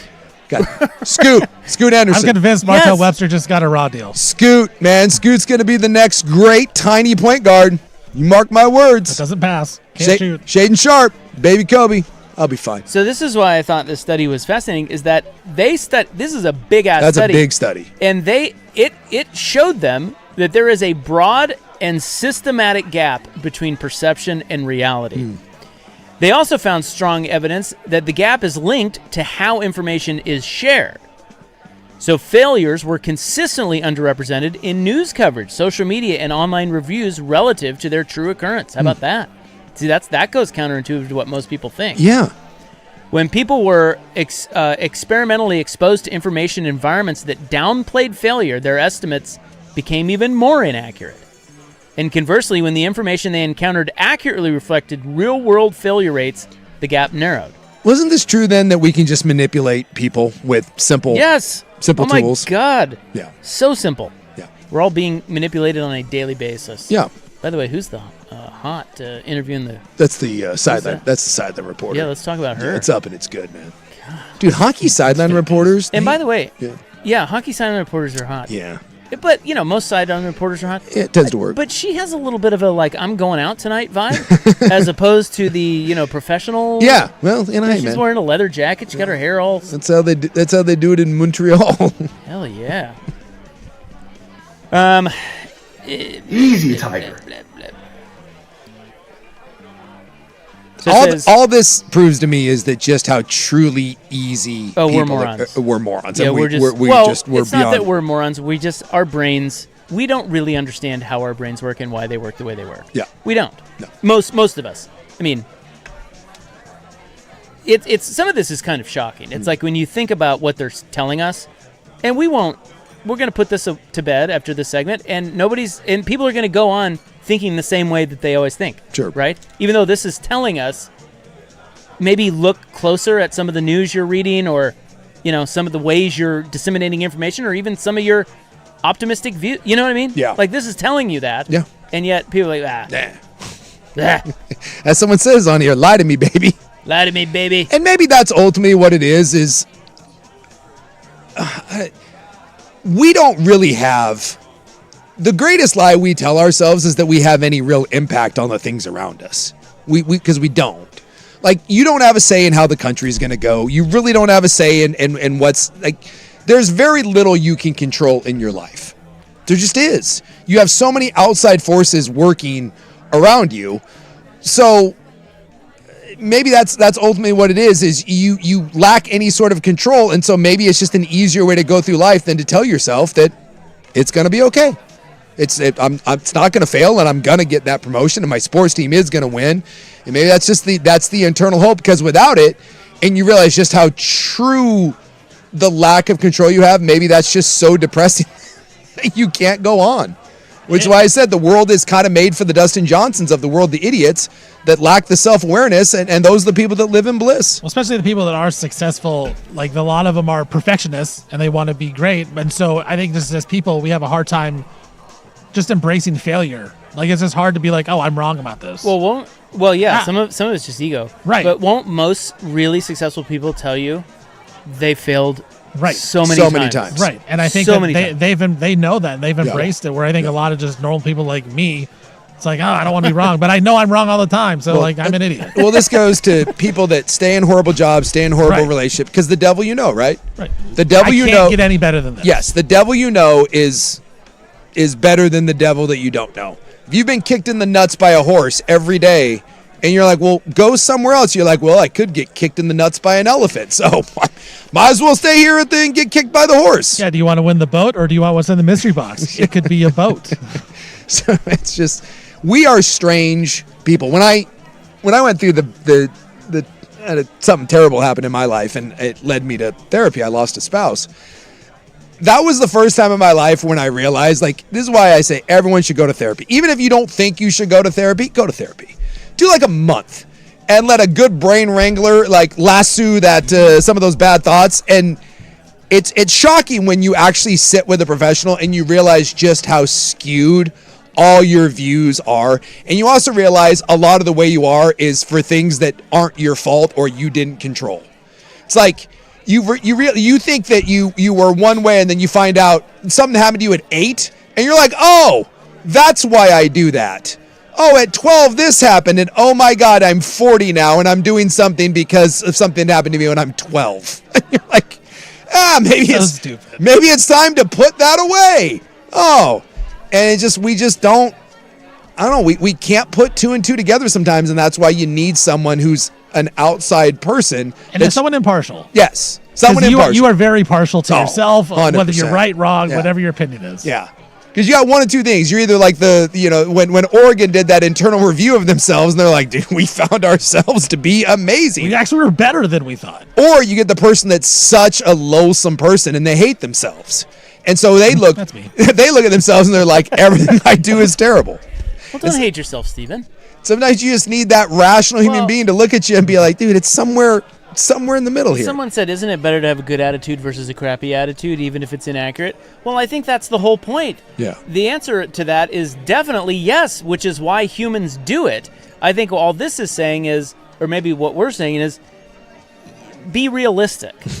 Yeah. You got to be realistic. Yeah. You're going to fail. And we shouldn't be so scared of it. Yeah. It happens way more than you think. Yeah. Well, that's why I try not to. I mean, I do my fair share of dumb things, but I don't. Not me. I just figure stuff's gonna happen in life anyway, so I might as well do what I want to do. Live with the consequences. So stuff's gonna go a little haywire anyway, so you might as well have some fun along the way and see what happens. I'm not sure that's the most appropriate way to live my life, but it's all I got. All right, that's that segment. I wanted to present that to you. I think that's interesting. I will. I find that fascinating. Every now and then you'll do something like that, and I'll bet you I spend the next 3 days with that rolling around in my head. I'll be like driving, listening to something, and all of a sudden that will pop into my head, and I'll be like, hey, is my head up my ass? Am I being totally unrealistic about this? I just have to do that check-in. Like, well, yeah. Am I full of it? Chances are it'll fail. Yes, chances are you are full of it. And yes, it will fail. But that's okay. It's okay. I just do what's the worst that can happen? And once this was like mine. Well, you could die. Well, my thing was once you accept, this is my screwed up brain. If something's going down, I'll be like, okay, what's the worst that can happen? And once I acknowledge what's the worst outcome that happened, and I realize, can I live with that? I know it will suck, but can I live with it? And once I'm like, yeah, I'll live with it. Then after that, then it frees me up to just, go full send. Like, so you lose your house. You're like, it's okay, I can rent. I'm like, hey, let's give this a whirl. All right, we'll be right back on The Fan.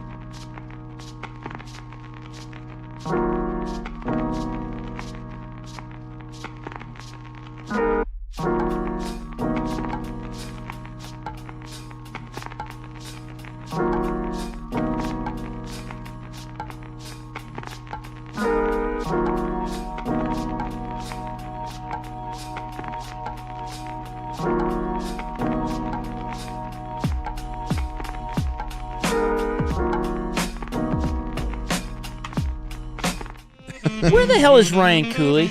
Best part is, as we were coming back, all Rob goes is, "Oh my God!" We were just having a conversation in here, and now all of a sudden we're back on the air. Having another conversation. We can't do the whole. I mean, God, sell a spot, Cooley.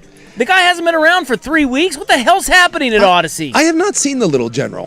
Where is he? Is he on vacation? I tell you what, every time he goes on vacation, first of all, there's nobody in the office. No. In the spots, there's no spot load. No. We're low on load. You know what? Everything's going to be okay. And that's what the sales staff believes. You know I need to see Dong. Right. What? I don't need to see Dong. I don't.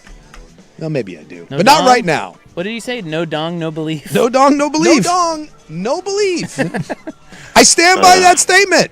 I stand by it. And just throw out random Dong things. Oh. Proof's in the pudding. Proof's in the pudding, man. Put up or shut up.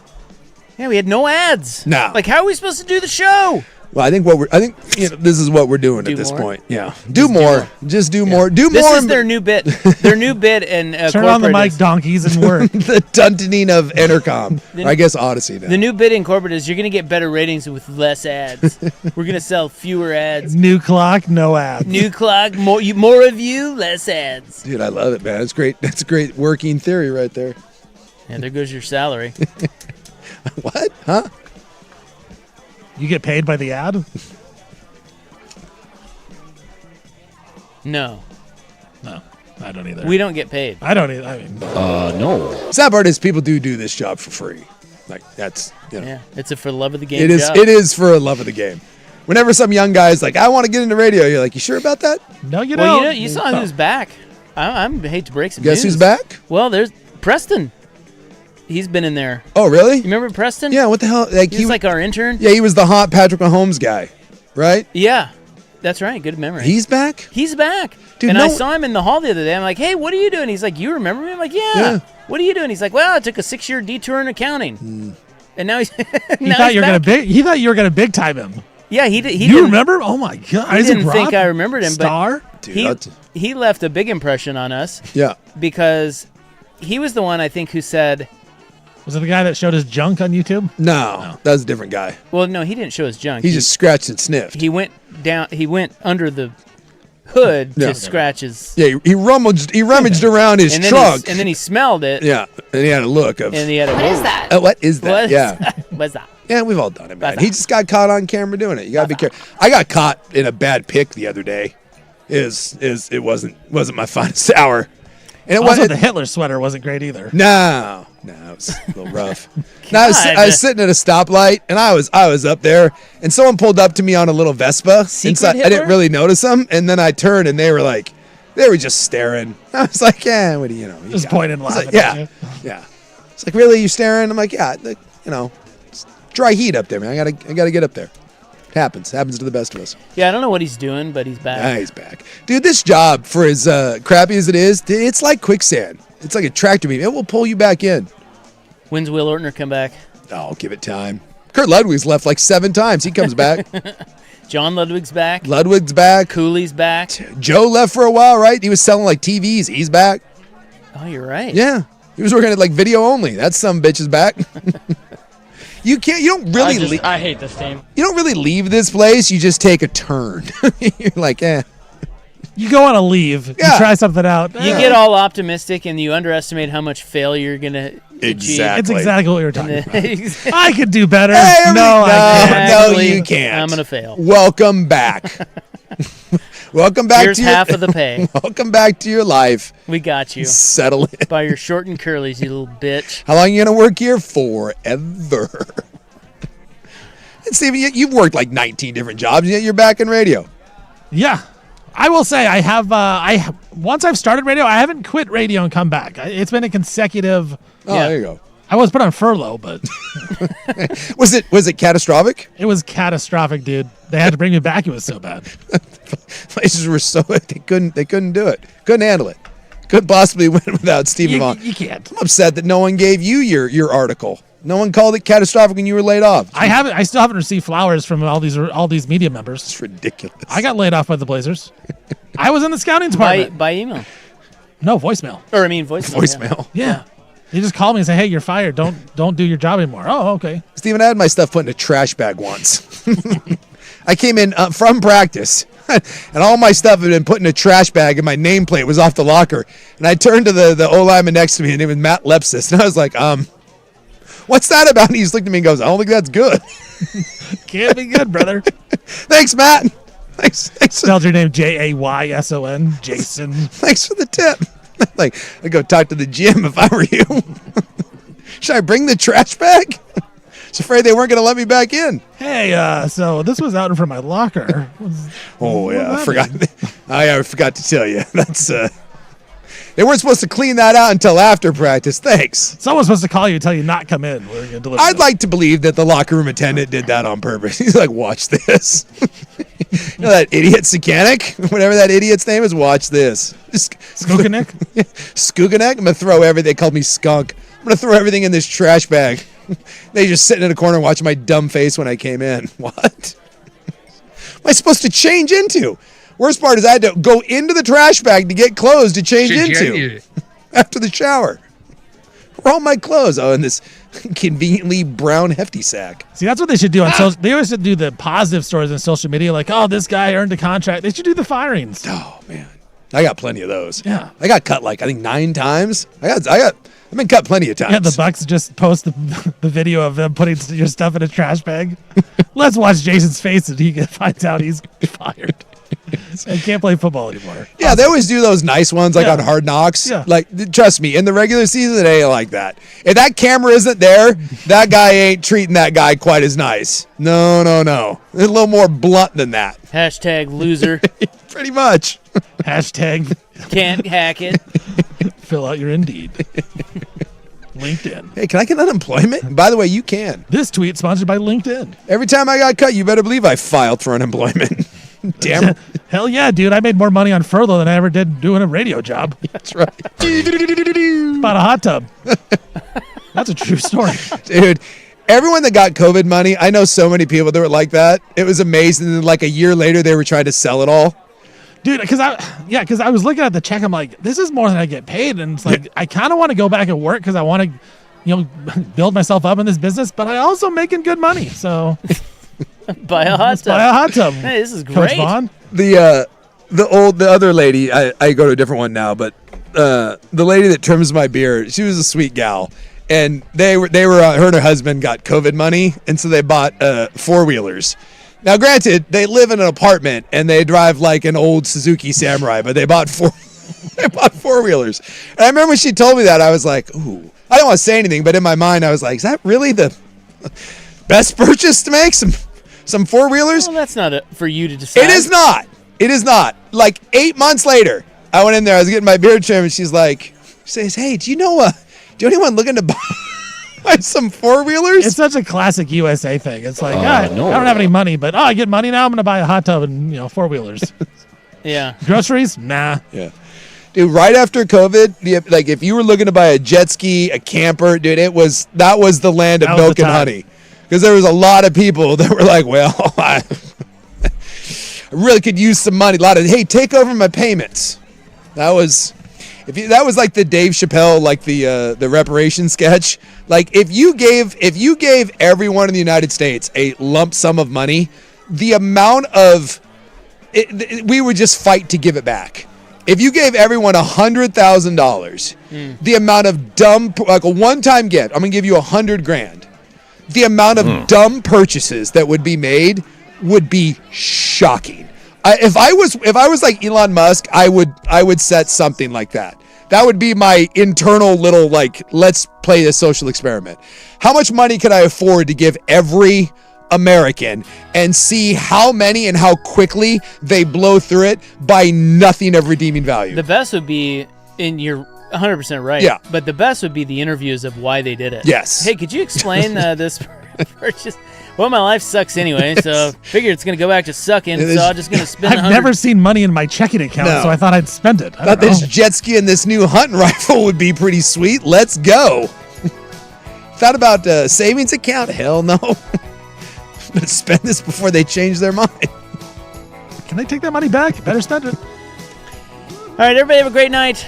We are back tomorrow, 3 to 7 on the Fan. Good night.